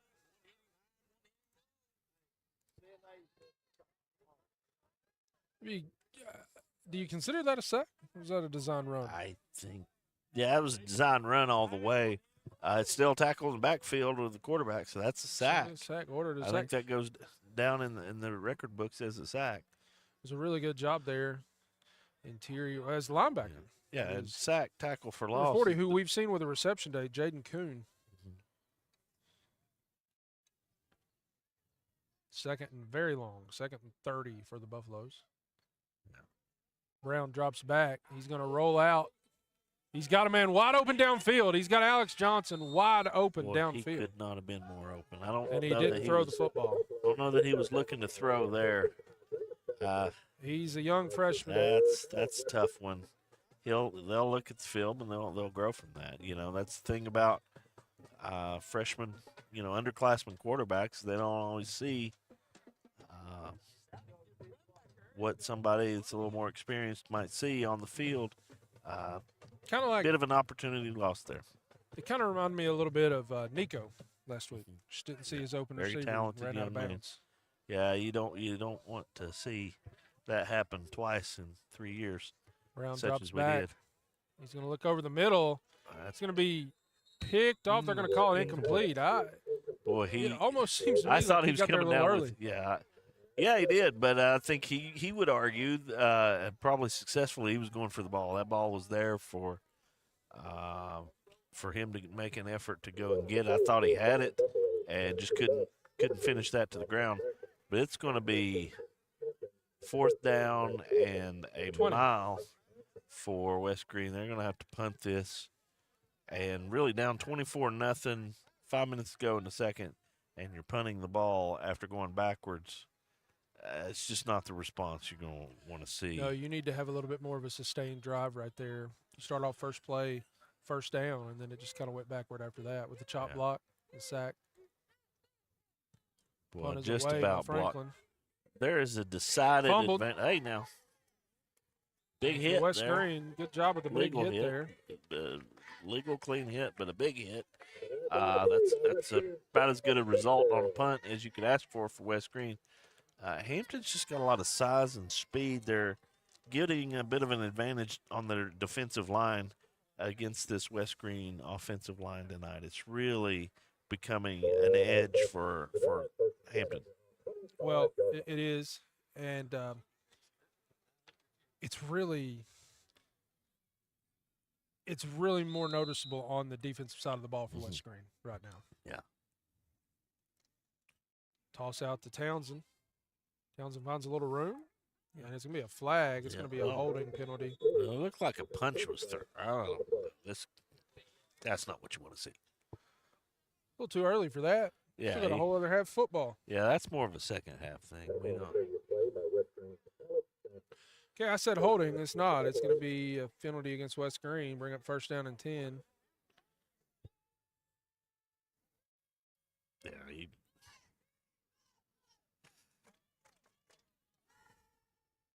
that's the 15-yard variety, too. They seem to think that was worthy of that. So, here you are at midfield already, struggling to make a stop of any kind. Hampton's running up to the football. West Greene's not even ready. I don't think he's got to blow it into play. I don't think they can snap it yet. Pitch out. Well, they were very much wanting to run that play as quickly as Good possible. job. Good job there. Is Braden McAfee, I believe, is who that was. Braden with a really Kate nice Jones. effort in the backfield there. 2-yard loss. That was Braden McAfee just doing just enough there in the backfield to trip up Caden Jones for the loss of 3. Bring up 2nd down and 13. Had it pretty well defended, set that edge, and then that frees up a defender to go into the backfield and make a play. And that time he made a play. They're going to need to string together a few more of those. Oh, Lord, the helmet came off. There's going to be a 15-yard variety. I mean, I think if you're, West Greene probably look to huddle up here and maybe have a discussion about not doing that. That's about the 3rd or 4th face mask. And at some point, you just got to stop touching the face mask if you're West Greene Buffaloes. That's not how you play football. Well, Maddox Wilson, I think, surprised everybody. It was a fake handoff and a quarterback keep. It was a little bit of a read option look, honestly. He kept it around the edge, and I believe that he just kind of surprised the defense. Yeah. And they reached for whatever they could. It is 2nd and 13, but with 15 yards. Yeah, it's not an automatic first down, but it's going to result in one. And that's 30 free yards with a team that's moving the ball without help. Pretty good. Well, and the penalties on offense backed you up as well. Yeah, you're just not helping yourself out. You're having the wrong end of the whistle, but it's earned. It's Handoff back underneath. That's pretty good. Isaiah Belcher, good job there. Pretty good. The linebackers pursuing. Good wrap up technique there. That's what you want to do. Yeah, because if he misses that tackle, Isaiah Belcher's off to the races. He's gone. He's gone, and. Again, the use of misdirection. Hampton's gone to that well quite a bit here, with success straight ahead running, but they're mixing it up and keeping this West Greene Buffalo defense guessing. That's what you want to do offensively. Doing a really good job of that tonight. Pitch out to Townsend. Townsend's got blockers, and West Greene player was tackled. There's a flag. I'm imagining that's going to be after the play. Well, it's either a illegal block or a dead ball personal foul. It's going to be a personal foul. You're not supposed to tackle the defender. Well, it's going to be on West Greene because the defender that got tackled, I believe, got up and said something, and it's going to be unsportsmanlike. And the reason I believe that is because the official on that side, which is Colin Compton, turned around and stared at the West Greene defender. Not what you want to see. Any kind of unsportsmanlike. Personal foul against West Greene. So it's not unsportsmanlike, so I don't know what maybe he just said. I don't know. First down, Hampton is what I know. Did he get himself tackled incorrectly?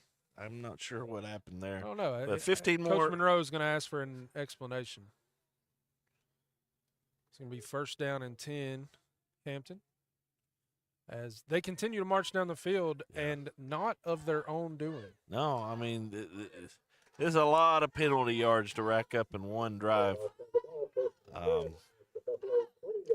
Monroe's still getting an explanation. Hampton's ready to go, saying, come on. They're going to go back to the huddle.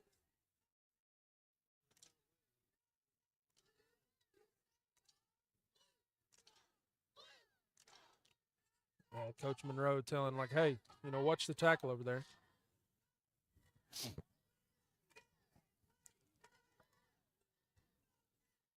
Everybody's got to work the refs. That's the way this game is played. There's a line, and hey, if you're not trying to get something from the refs, you're not really trying. Yeah, I don't know any head coach that's going to be very successful not trying to jaw at the refs from time to time.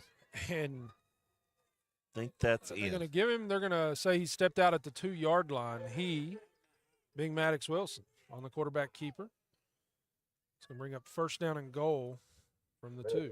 Must have had a foot out there. I thought it was very close, but anytime you see the pylon go down, it's not what you want to see on defense for certain.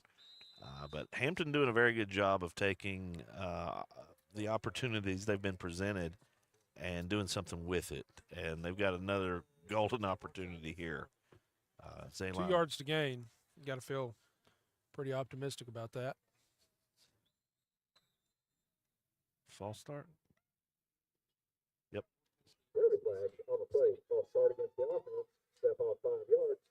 They've been at times in a real hurry, almost not quite tempo offense, but I mean they're really wanting to get up to the line and go, and that time that bit them a little bit. Really, still a little too fast. Well, when you're first and goal on the 2, that's the last time you want to back up. You never want to back up 5 yards, but you really don't want to in that spot. Handoff underneath. Burleson is going to be stuffed at the line of scrimmage. Bring up second down and goal. Take the flag icon off. It's a good effort by West Greene defense there. Had a good inkling that a run is coming and defended it well. Substitution for Hampton here. What I would surmise is they're going to do a tight formation, maybe 2 or 3 lead blockers like they had some success with in the first quarter. And go away from this 2 wide look that, what do I know? They're split in here. But it looks like a lot of lead blockers, and I'm expecting straight ahead here.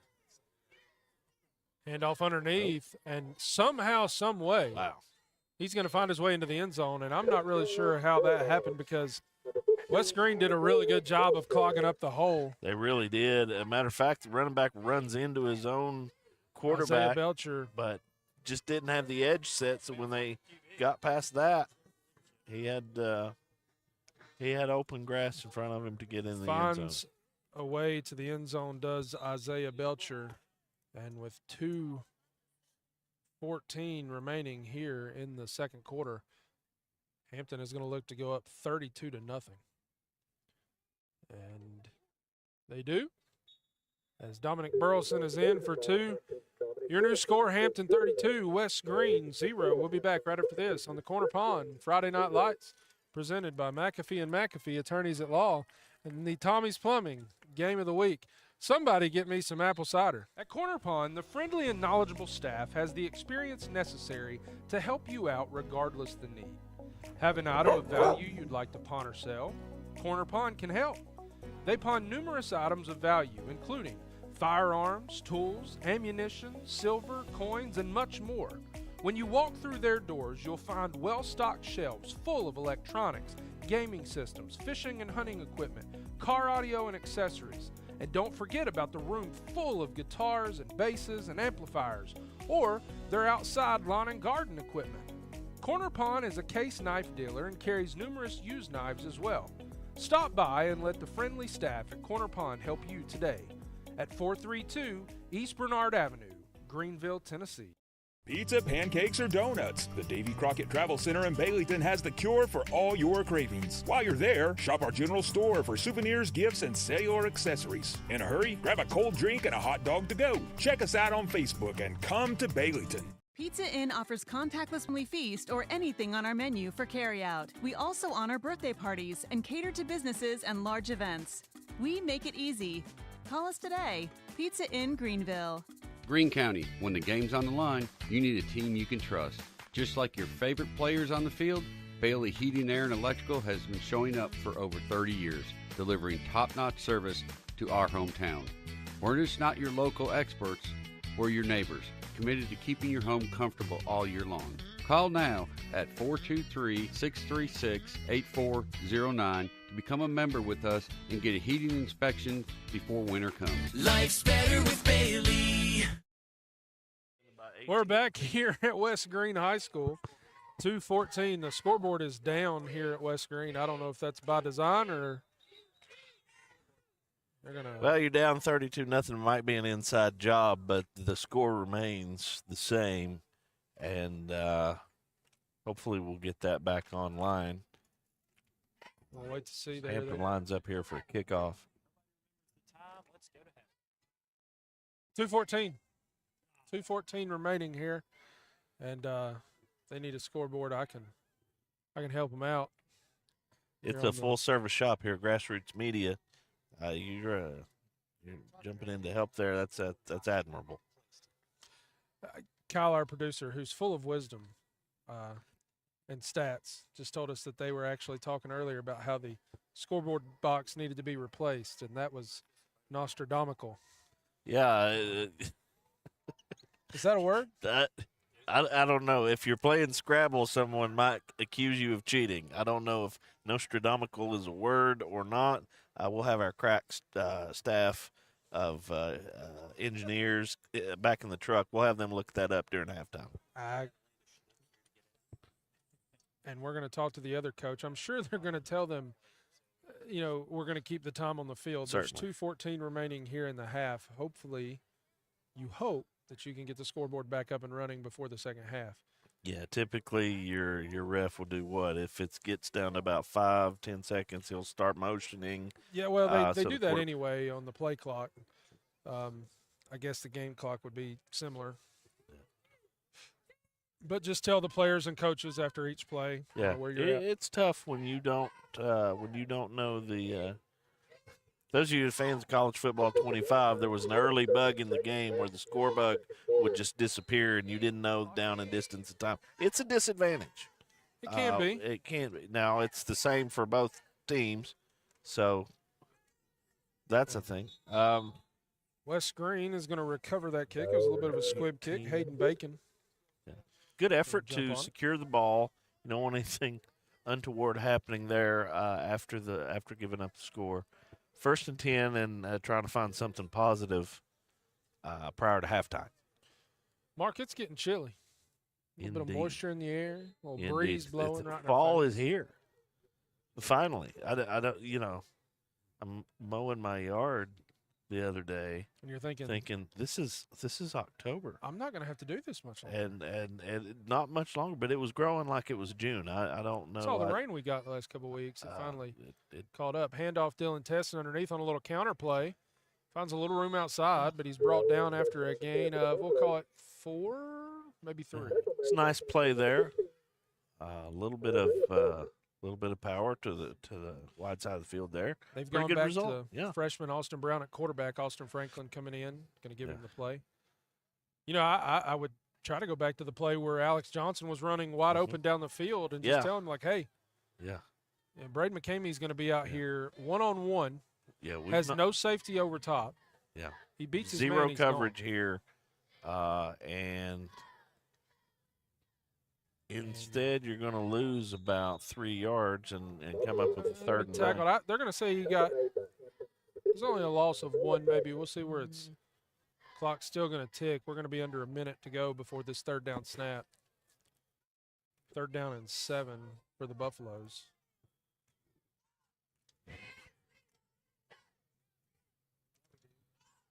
Not a whole lot of urgency here from the West Greene Buffaloes. Maybe just trying to get this into halftime and not make it any worse. You feel like you want to compete, though. Yeah, you definitely like to see a, run a little bit of something like this. See if you can break something. Not able to get away from the tackle of James Cable. I like the call there. It's 3rd and long. Everything seems to be going to the far side of the field. You try to motion that way and bring one of your best players coming back to the near side. Just didn't work out because it was well defended. It's going to be 4th down and 7, and I believe Tom is going to run out. They're not even going to. Yeah. I think that was by design for West Greene to maybe have the ability to. Now, maybe Hampton wants to call timeout. We'll see. They do get the ball back to start the second half, which would have made me think that even right then, if you're Coach Monroe, that's going to be the end of the half. If you're Coach Monroe, take a shot deep. Yeah. There's no time left on the clock. Take a shot deep. We're going to go to halftime. Hampton leads West Greene 32-0 here at West Greene High School on the Corner Pond Friday Night Lights, presented by McAfee and McAfee Attorneys at Law and the Tommie's Plumbing Game of the Week. We'll be back right after this. Yep. At Corner Pond, the friendly and knowledgeable staff has the experience necessary to help you out regardless the need. Have an item of value you'd like to pawn or sell? Corner Pond can help. They pawn numerous items of value, including firearms, tools, ammunition, silver, coins, and much more.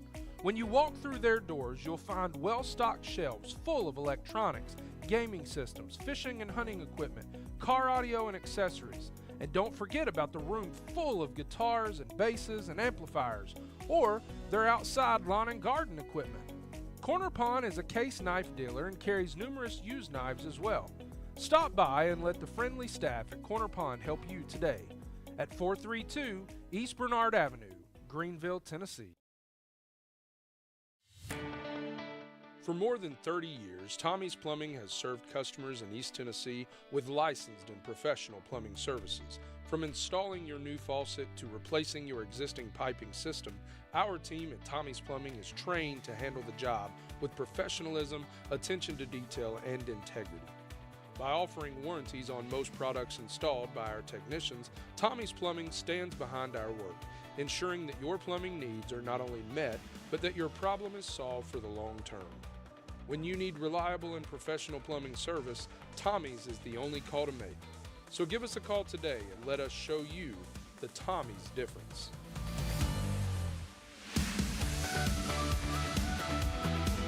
Bayleton Drug Company services the surrounding communities of Bayleton with excellent patient care using a full-line pharmacy, over-the-counter selections, and a convenient drive-thru. When you visit us, you are treated as a neighbor, not a number. It's not just our slogan, but our culture. We're invested in our patients, local schools, and community. For over 5 years now, we have established ourselves as an independently family-run pharmacy that isn't driven by corporate goals. We are driven by what is best for your overall health and wellness. We're conveniently located so you don't have to make the drive. Prescription drugs are just the tip of the iceberg. We also offer natural remedies, essential oils, at-home medical needs such as walkers, rollators, bath accessories, as well as wound care products. And coming soon, basic urgent care services. What makes us better than other drugstores out there? When you frequent Bayleton Drug, you will receive professional, courteous, and friendly service that goes above and beyond any other pharmacy in the area. Remember, you're a neighbor, not a number.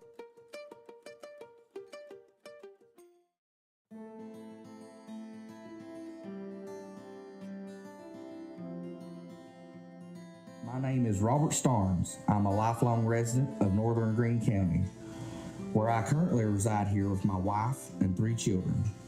I was a barber in Greenville for the last 6 years, but I have recently changed locations to my new shop in Bayleton. It's at 285 Mortis Hollow Lane, Afton. I'm also a proud supporter of North Greene Athletics. Come see me for all of your men and boys grooming needs. Go Huskies!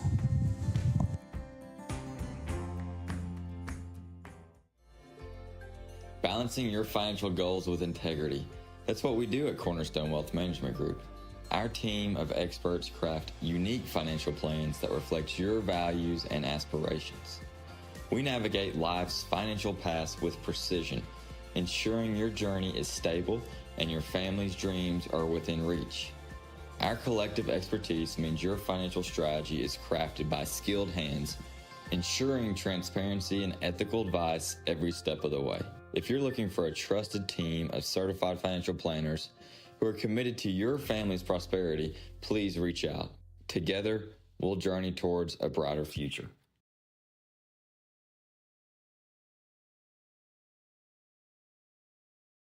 Greene County, when the game's on the line, you need a team you can trust. Just like your favorite players on the field, Bailey Heating, Air, and Electrical has been showing up for over 30 years, delivering top-notch service to our hometown. We're just not your local experts, we're your neighbors, committed to keeping your home comfortable all year long. Call now at 423-636-8409 to become a member with us and get a heating inspection before winter comes. Life's better with Bailey. At Terry's Flooring, we have quality products along with quality installers that can make your space look better than ever before. The craftsmanship that our installers bring to the job site is unmatched. Along with the great installers, we have a huge selection of hardwood, LVP, tile, and carpet. We know that spending money isn't that easy, but at Terry's Flooring, we care about your money too. Stop on in and see my Popsy at Terry's Flooring and allow him to save you money while enjoying the hassle-free experience. Hey Greene County, if you are looking for a cool, refreshing treat, then stop on by at Pelican Snowballs. At Pelicans, we are not your typical shaved ice shop. We have over 100 flavors. Whether you're looking for something sweet or sour, or possibly a combination of both, we have plenty of options to choose from. We also have a variety of toppings and add-ons in which we can provide different combinations to customize your taste through our signature snowballs. We have a welcoming and vibrant atmosphere that is perfect for socializing and relaxing. With plenty of seating and new fun games for all ages, we want to create a space where everyone feels welcome and can have a great time. We want to invite you to bring life, happiness, and opportunity to people through the world's best snowball experience. Whether that is at our storefront, which is located at 1016 Tusculum Boulevard in Greenville, or you can book us for your next event. We can't wait to see everyone. After serving as a barber in the United States Navy, Joe Smith opened his barbershop in Greenville, Tennessee in 1975. Joe has cut hair ever since. Today, his grandson Tyler is following in his footsteps. At Joe's barbershop, walk-ins are always welcome, with the shop open Tuesday through Friday, 7 to 5, and on Saturday from 7 to 2. So stop on by and see the gang at Joe's Barbershop at 1105 West Irish Street.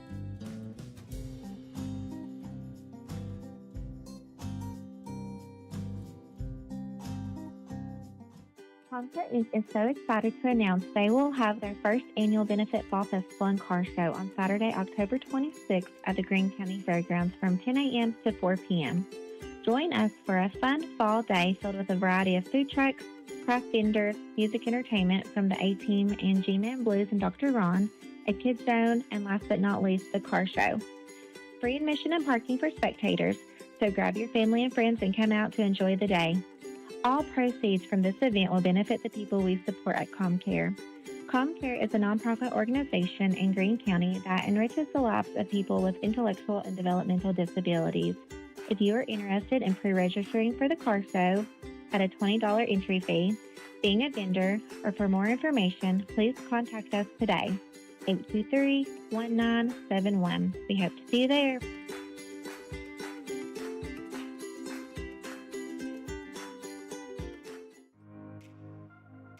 Sand Meat Market, your ultimate meat destination. Step into Sand Meat Market for a curated selection of steaks, lamb, goat, and other quality foods. Each cut is meticulously crafted to exceed your expectations, promising a dining experience like no other. Elevate your dining experience and visit Sand Meat Market today. Indulge in the exceptional quality and taste that only Sand Meat Market can provide. Join us on this culinary journey and savor the difference. Pizza, pancakes, or donuts, the Davy Crockett Travel Center in Baileyton has the cure for all your cravings. While you're there, shop our general store for souvenirs, gifts, and cellular accessories. In a hurry, grab a cold drink and a hot dog to go. Check us out on Facebook and come to Baileyton. Pizza Inn offers contactless buffet to go with JoJo's Family Feast or anything on our menu for carryout. We also honor birthday parties and cater to businesses and large events. We make it easy. Call us today. Pizza Inn Greenville.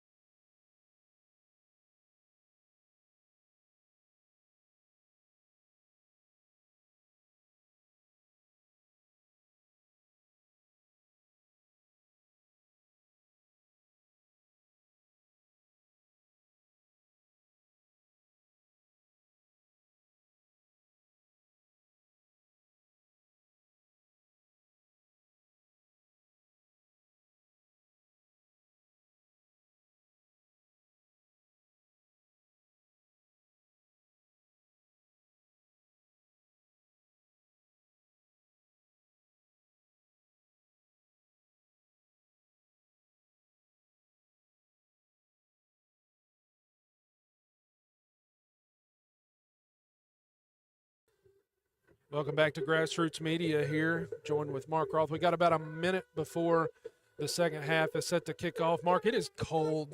It is. Chilly. Fall has arrived full force. These temperatures be falling. Glad to be here tonight. You know, with all of the weather and things going on, it's good to be playing football tonight. It's a blessing, but it has gotten colder. For sure. Didn't mean to cut you off there. Score of interest. Chucky Doak is getting beat. I believe the score I saw there, it's not a final. The score I saw was 42-0.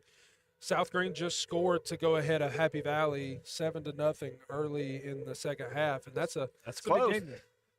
You know, it's a game that honestly, Happy Valley and South Greene and Hampton are kind of the three at the top of this Region 1, 2A, and you know, South Greene on the road tonight.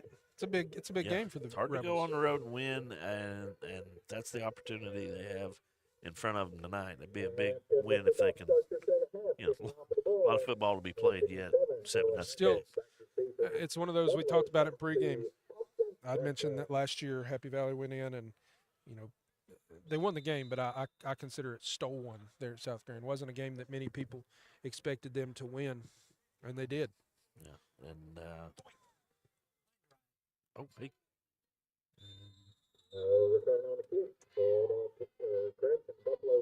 Looks like we're going to run the clock. I do believe somebody was telling me that it was 35. It used to be 35. The running clock was 35 in the second half. I thought that it went to 30 this year. Was told that I was wrong. Obviously, I'm not, or they're doing things differently here this evening. We'll see, but perhaps there's an election to do or to not do, coach's discretion, that kind of thing. 11 minutes to go here, 1st and 10 West Greene. It is the end of the third quarter in that South Greene Happy Valley game. Looking deep, he's got Alex Johnson, and Johnson just is not able to come back to the football. Yeah. It was a great ball, just not deep enough. Nice Again, ball, but they've had that all night. Yeah. I mean, you don't get much more open than that. You got a flag on the play, or no? I don't know what we got going on here. Again, I feel like Johnson probably had an opportunity to come back to that football, but maybe he lost it in the lights, which is certainly possible. That ball was thrown right into the lights the way he was looking back. Just looking for defensively, this 71 for Hampton is larger than all of the others on the field. And he's been a force on that side of the defensive line a lot tonight. Handoff underneath to Teston. He's going to be dropped in the backfield. It's going to be a loss of 3. Bring up 3rd down and 13. Maybe you go back one more time to that pass play, but it's hard to get the time you need. You know, at this point, I think I'm probably throwing it. I would have been doing this in the second quarter, throwing it on almost every single down, trying to get Hampton to come out of that 8-man box, 9-man box. Yeah, I mean, I understand coming out and trying to establish first down, but you're just not getting the chunk play or any kind of yardage at all on first or second down right now. Brown rolls out, avoids the first tackler.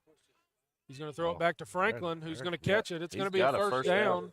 That's what they're going to need a whole lot more of.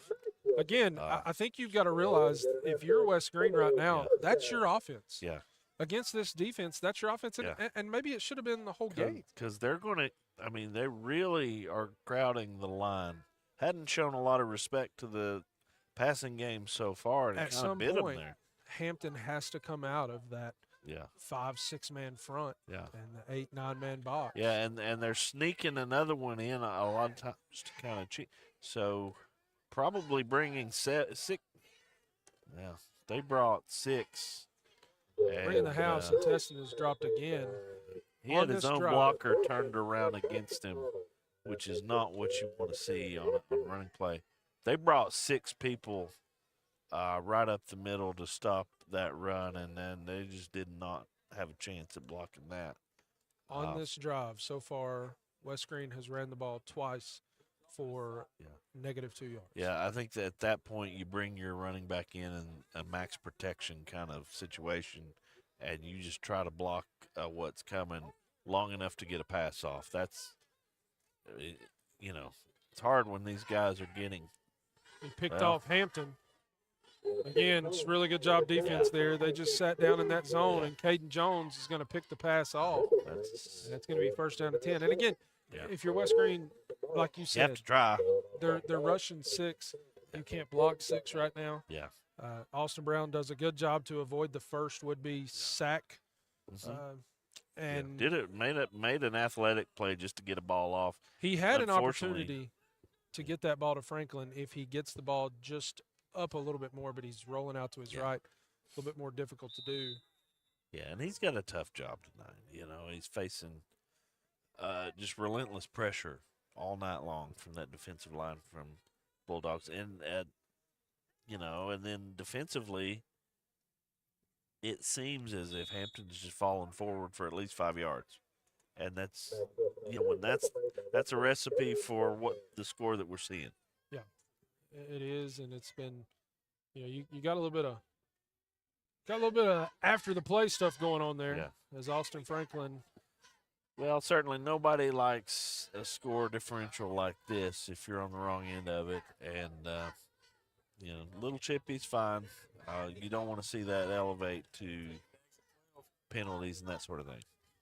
Well, we saw that last week in the Cumberland Gap West Greene game. There was a lot of chippiness. Hand off underneath to Dominic Burleson. No, that's Isaiah Belcher. Sorry. Should be a first down and 10 there they had him stopped about 4 yards short of the first down, and he winds up getting 6-7 more for the first. He and Dominic Burleson both run with a purpose. They run like they're mad at the defense. Yeah, not the biggest backs, but they got a lot of big guys in front of them making some really good blocks, and then doing a good job with second, third effort. Good run there for another 3 or 4 yards. It's a good job defensively for West Greene. Unfortunately, you're doing a good job. It seems like the Wave defensive line will do a decent job of getting some push on the offensive line, clog up a hole. Your linebackers are just a little bit slow to fill right now. Yeah, and sometimes you got to string 3 or 4 of those together, and that's the problem is you'll make some good plays, but then you give up an 8 or 9 yard run, and it's for naught.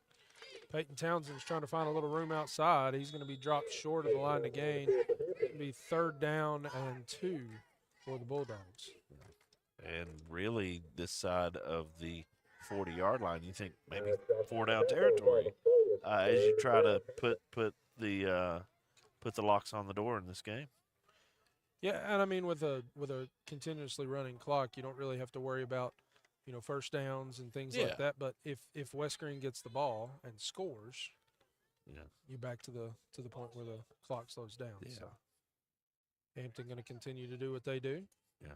Hand off underneath. Yeah, and I think that's smart. 2 lead blockers type formation. You're getting what you want out of that formation, and there's really not a whole lot of need to get exotic on a 3rd and short like that.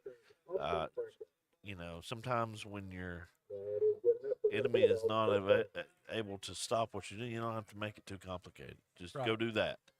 And that's what they did, and it's going to be first down for them at the Caden Jones, 30. A little bit of one of the first times we've seen him run the football tonight. Yeah.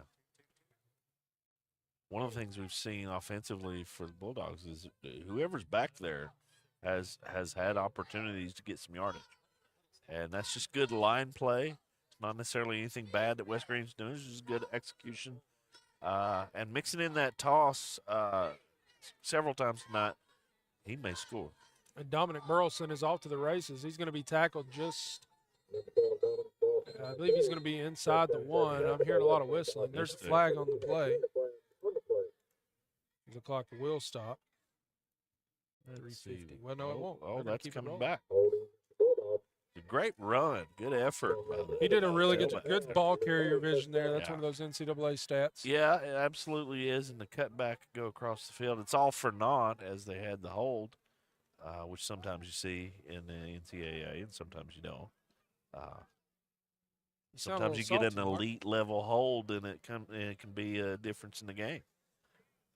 I've Could been be told. I've been told. Could be the win. Could, you know. You're going to bring up first down and a long way to go for Hampton. First down and 15 for the Bulldogs. And I don't really see any reason why you would do anything other than what you just did. Yeah. You know, if pitch to Burleson. Burleson gets outside. Well, that's just a well-designed play. You've been going right up the middle a lot out of that formation on it, and the misdirection toss to get a one-on-one opportunity. It's a pretty decent tackle from West Greene. Yeah. To mitigate what that could have been. If it's any other athlete for West Greene other than Austin Franklin, I believe that's a touchdown. Yeah, Austin with a really good individual effort there to make that essentially a 2-3 yard gain. Hand off to Peyton Townsend. He's going to find a little room and stop short of the line to gain. It's going to bring up third down and short. But we've watched this movie before here tonight. Now they're going to give him the first down. That's a full yard and a half short. And Mr. Compton is given the first down. It looks to be short. A little bit ahead of ourselves over there. It reminds me of the Music City Miracle way back when, everybody. Back before cell phones. There was like one state that thought it went one way and all the other states saw something different, but it was a difference of about a yard depending on your frame of reference. That was one of those plays, Mark, where I legitimately remember I was not necessarily a Titans fan. I've always been a 49ers fan, but right. I remember watching that in Tennessee. That was was that their first year? And they were down, and it was the Music City Miracle, and they got it. But everybody in the state of New York was like, "That's forward pass," and everybody else in the country was like, "Nope." I remember seeing that, thinking, "There's no way that was forward. That was absolutely backward." Yeah. Now watching it back, it's close, right? I think it's beyond close. It's close. I mean, but I just remember showing a map, like everybody in New York, it's forward pass. 49 other states were like, it's backwards. It's good. It's fine. Fourth down and 4 for Hampton. Really good effort from West Greene here. It's not going to probably affect the outcome of this game, but it's nice to see. Well, but if you get the stop and then you can go in and punch in, you get the clock to stop. Yeah, you can, your margin to get a win, it changes, here. And had an opportunity to get stopped there. And he's able to get away. Slips tackle. I think that's going to be a first down. That's probably going to take us. They're marking him short of the 20. Did he get short? They're marking him short of the 20. Well, if that's the case, that's if turnover. If he did not get the 20, it's going to be a turnover on downs. I think that, boy, he picked it up. They're going to measure it. That's a stop. Of course, we've been wrong about the yardage from up here a couple times tonight. We'll see. As long as there's no index cards brought out to the line to gain is the 20. They marked it pretty obviously short of the 20. It is visually short. From how far away are we? From our distance, which is considerable, we can see that it is short of that 20-yard line. And you can see on your screen, great camera greater work than an index Chef card. Kirk, the Great Philly cheesesteaks down at the racetrack. You had me at cheesesteak. Cheesecake, cheesesteak. And are they going to be short? I'll take either.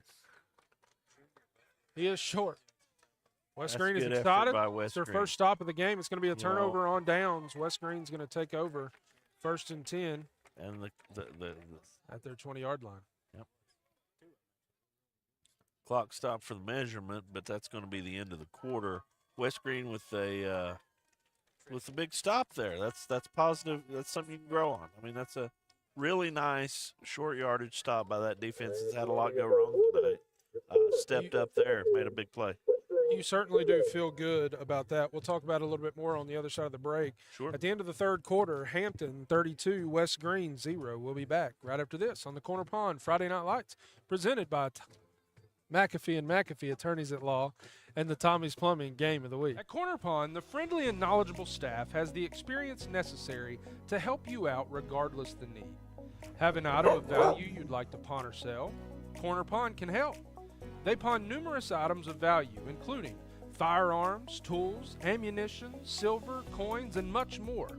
When you walk through their doors, you'll find well-stocked shelves full of electronics, gaming systems, fishing and hunting equipment, car audio and accessories. And don't forget about the room full of guitars and basses and amplifiers, or their outside lawn and garden equipment.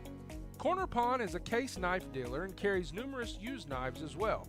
Stop by and let the friendly staff at Korner Pawn help you today at 432 East Bernard Avenue, Greenville, Tennessee. For more than 30 years, Tommie's Plumbing has served customers in East Tennessee with licensed and professional plumbing services. From installing your new faucet to replacing your existing piping system, our team at Tommie's Plumbing is trained to handle the job with professionalism, attention to detail, and integrity.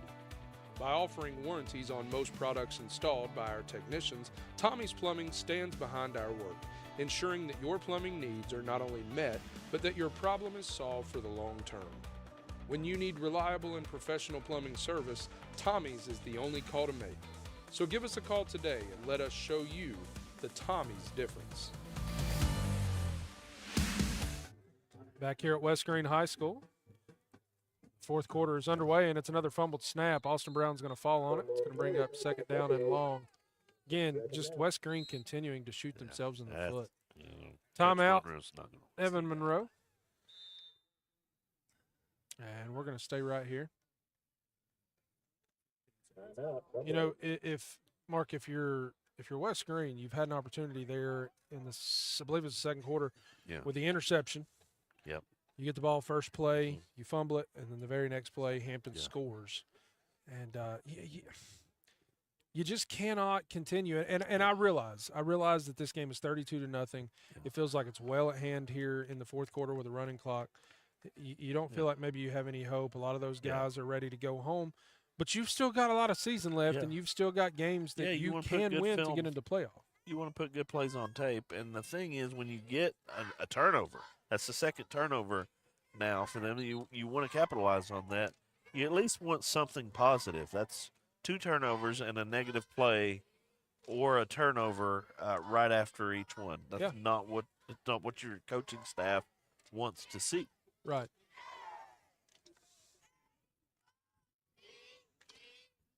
Second down and 20.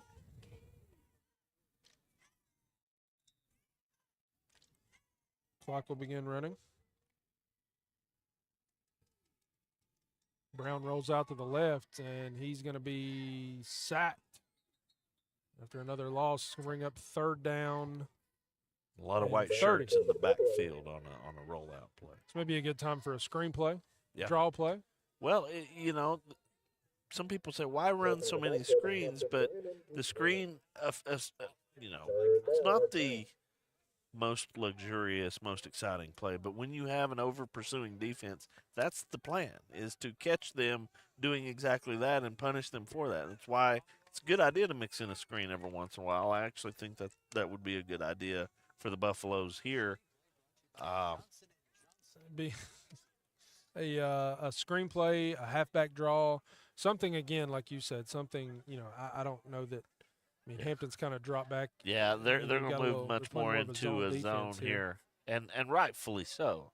You don't want to give up any big chunks at this point. Pop pass again to Austin Franklin. He's going to be hit and dropped after a gain of 5. It's going to bring up fourth down and 25.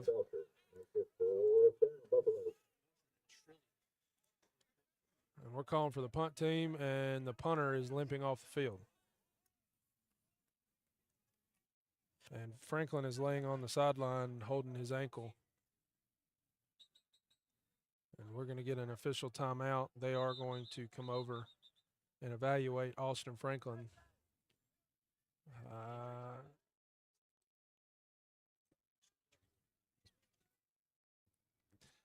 10:07 left to play here in the fourth quarter. Austin Franklin being checked out on the sideline. He, again, came over to the sideline. They called for punt, and he said, hey, can't punt. Yeah. I can't punt. Yeah. That's Austin Brown, the freshman. Got to do a good job of communication there. He's just letting them know. But That's a tough spot. for Austin West Brown, the Greene Buffaloes. freshman, who has come in and played quarterback in a couple of different times. He's been playing quarterback here tonight. It's kind of been a new development. Yeah, dynamic with the ball in his hands, and sometimes you got to take your talented guys and give them a chance to make a play. That's what you want to do is get the ball in their hands. If you're West Greene, you don't like to see your senior leader, Austin Franklin, limping down the sideline. Absolutely not. That is not. Snap back. Punt gets away. Not what you want on a punt.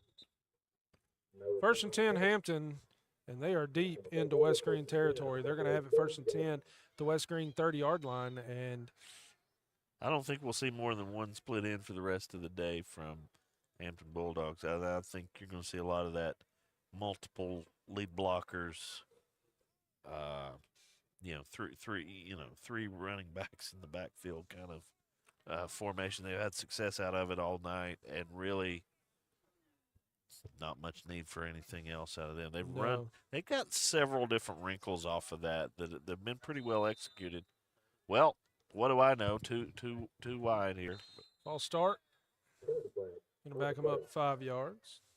Again, just trying to get going a little bit too early there. Doesn't really matter. Doesn't stop the clock. That kind of actually just gives you a little bit more time to run. Yep. As we're now moving under 9 minutes to go here in the game. Yeah, that actually helps you have more time to run off the clock. You're exactly right. You know, if you're Hampton, they've still got starters in the game. You're up 32-0. I feel like, I don't know. I look at the sideline. It doesn't look like they've got a lot of depth. It's a fumbled snap, and Hampton's going to fall Looks on like it. they've recovered. It's 2nd down, 15. Kind of might think about, getting some of those key players out if I'm Hampton.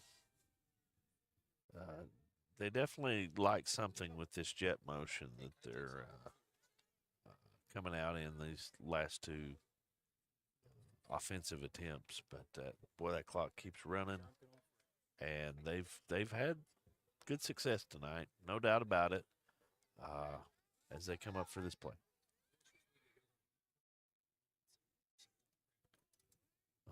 Good ball deep. That's a good defense there. Really, it was good You'd like to see him defense. get May his have been head called. around, but he got his I was big about to hands say, up there. later on, if you're playing in a game that's closer, that may be called for face guarding.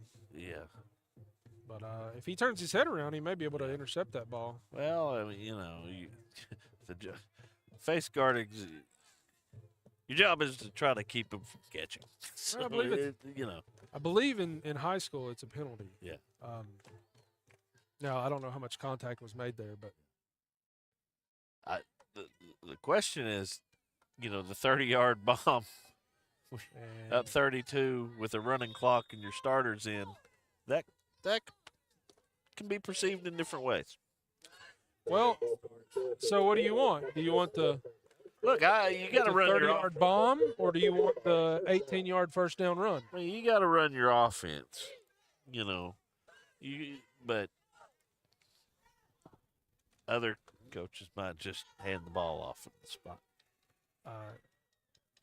Some would. Hand off. Especially when you're getting that kind of yardage. But inside it's first and goal. At the end of the day, it's not. They're gonna get a pretty good win here, whether it's 32-0, 40-0, or whatever that happens to be. You do have to go out and practice your whole offense. I understand that. It's a good defensive effort there. But on the ground, they've had more success than through the air, and real good shot at scoring again here late in the fourth quarter. Shotgun formation here. There's a wildcat formation, and Dominic Burleson is into the end zone once again. Yeah. Touchdown, Play Hampton. there. Beautiful play, straight ahead downhill running there of the Wildcat.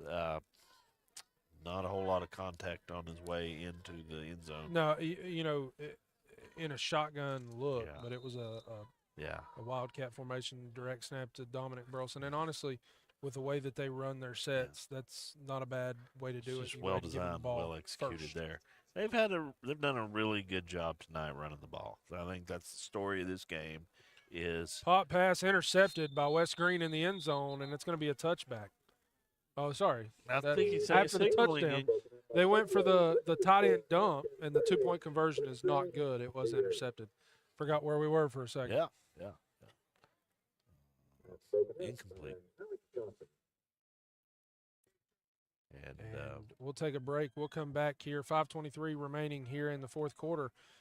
Hampton's new lead, 38-0 over West Greene. We'll be back here on the Corner Pond Friday Night Lights, presented by McAfee and McAfee Attorneys at Law and the Tommie's Plumbing Game of the Week.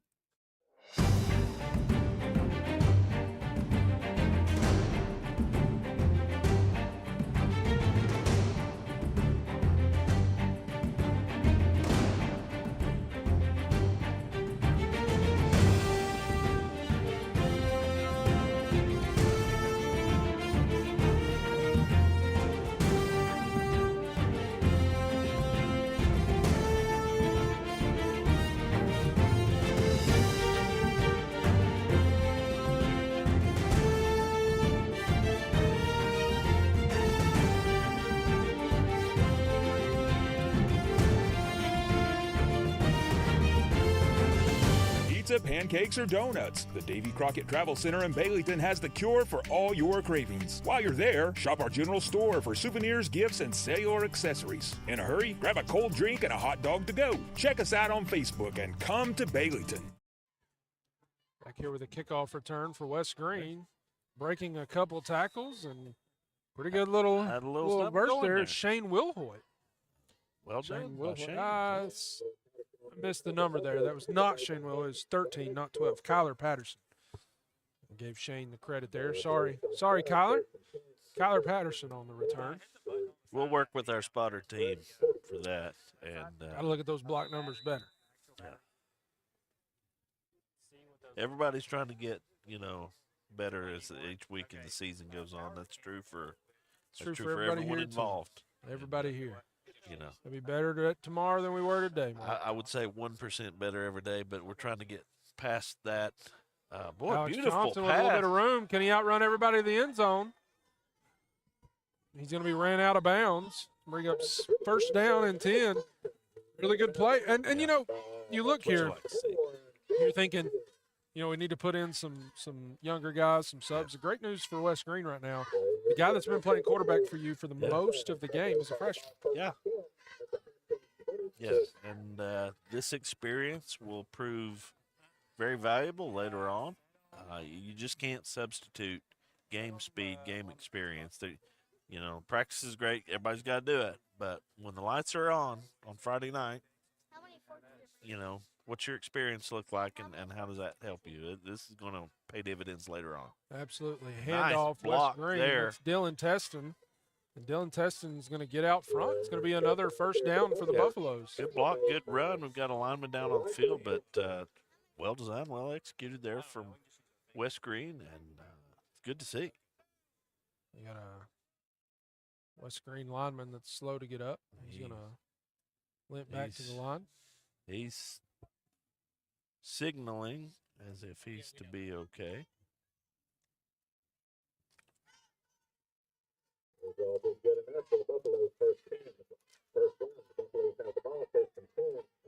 First down and 10, West Greene.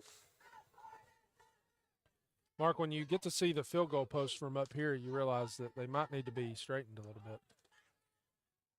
It might be us that needs to be straightened a little bit. It could be that the field goal posts. You know anybody at the Greene County School Board that can help us with that? Could possibly. And that ball is thrown incomplete. Braden McCamey, I believe. Got to go through proper channels. Probably going to be, take a look at the local administration. But if we need, there's some good people on that school board. That's what I hear. There's at least one guy. He's a real jerk. There's a good guy that represents District 6. Yeah.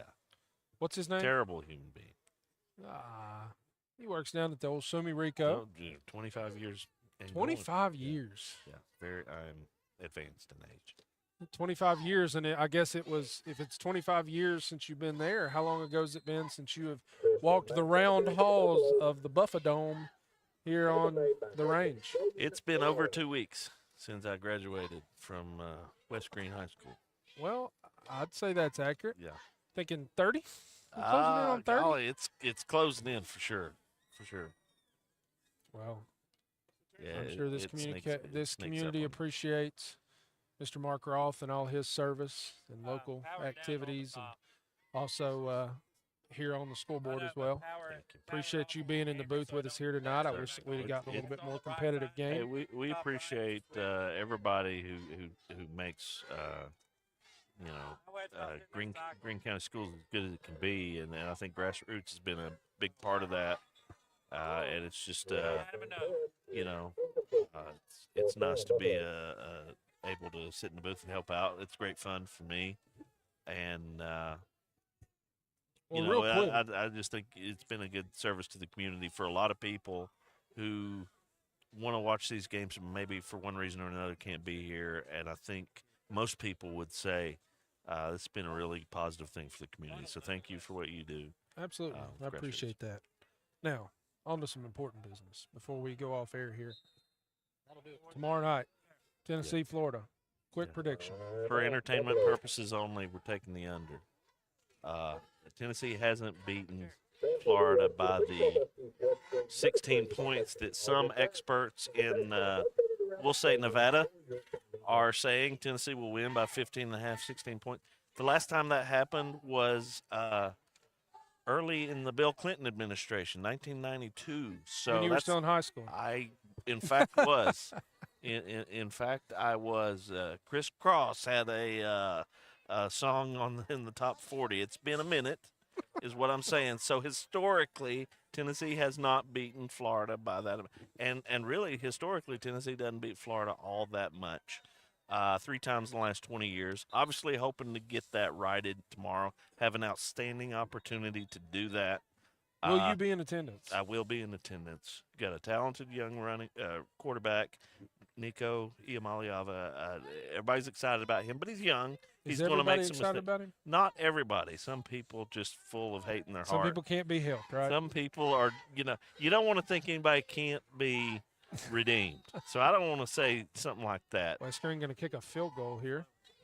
Kendall Caldwell to attempt, and the snap is going to go over the head. Caldwell's going to pick it up, and he's going to be tackled. Field goal, no good. And That's not the result you want there. the clock did not start in any of that, and I'm imagining that it's the clock is okay. Maybe not. Clock's running now. I don't think there's going to be another play. We should be under 20 seconds. Yeah, with a change of possession, we'll let the clock catch up with us. I'll tell you this, Dalton. A Go ahead. 1-point win by Tennessee tomorrow is fine by me. Just want to be on the right Amen. side of that. Anybody thinks we're just going to roll the ball out and beat talented Florida. They're still talented.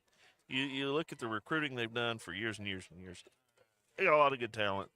They didn't play well early in the season, played very well last week. They got momentum heading into this game, and they've had our number for a long time. We're going to need a lunch pail effort, heads in the game, the way perhaps we didn't at all times last week in Arkansas. It's at home. Tennessee typically plays better at home. We got a real shot getting a win over Florida this year, and hopefully we can capitalize on that. I think that defensive line helps us with that.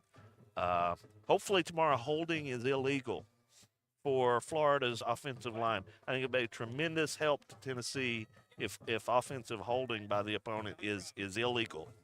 In a way it was not in Arkansas. I don't think either team held all night, and that was not the case. That certainly helped out the Razorbacks.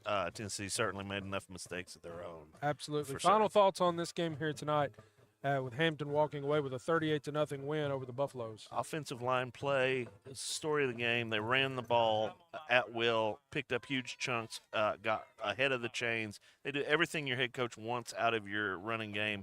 Hampton was able to do that tonight. It's the story of the game. West Greene not necessarily making a lot of mistakes. It's just overpowered by line play on both sides of the ball. Tells the story of this game, and the score, 38-0, is a result of that. The mistakes I think West Greene made were self-inflicted penalties. The penalties were I would adding imagine to over that. 100 yards of penalty yardage. tonight for the Yeah. Buffaloes, And and then- West Greene drops another Yeah. region game. Hampton Yeah. picks up a region win here tonight, and the Buffaloes will be on the road next week to Westridge. Yeah. They will go play Westridge at Westridge next week, and then they will be on the road once more on October 25th as they will visit South Greene in a reschedule of the Milk Can game. For Mark Roth, I'm Dalton Lamb. This has been the Corner Pond Friday Night Lights presented by McAfee and McAfee Attorneys at Law, the Tommie's Plumbing Game of the Week, saying so long and good night.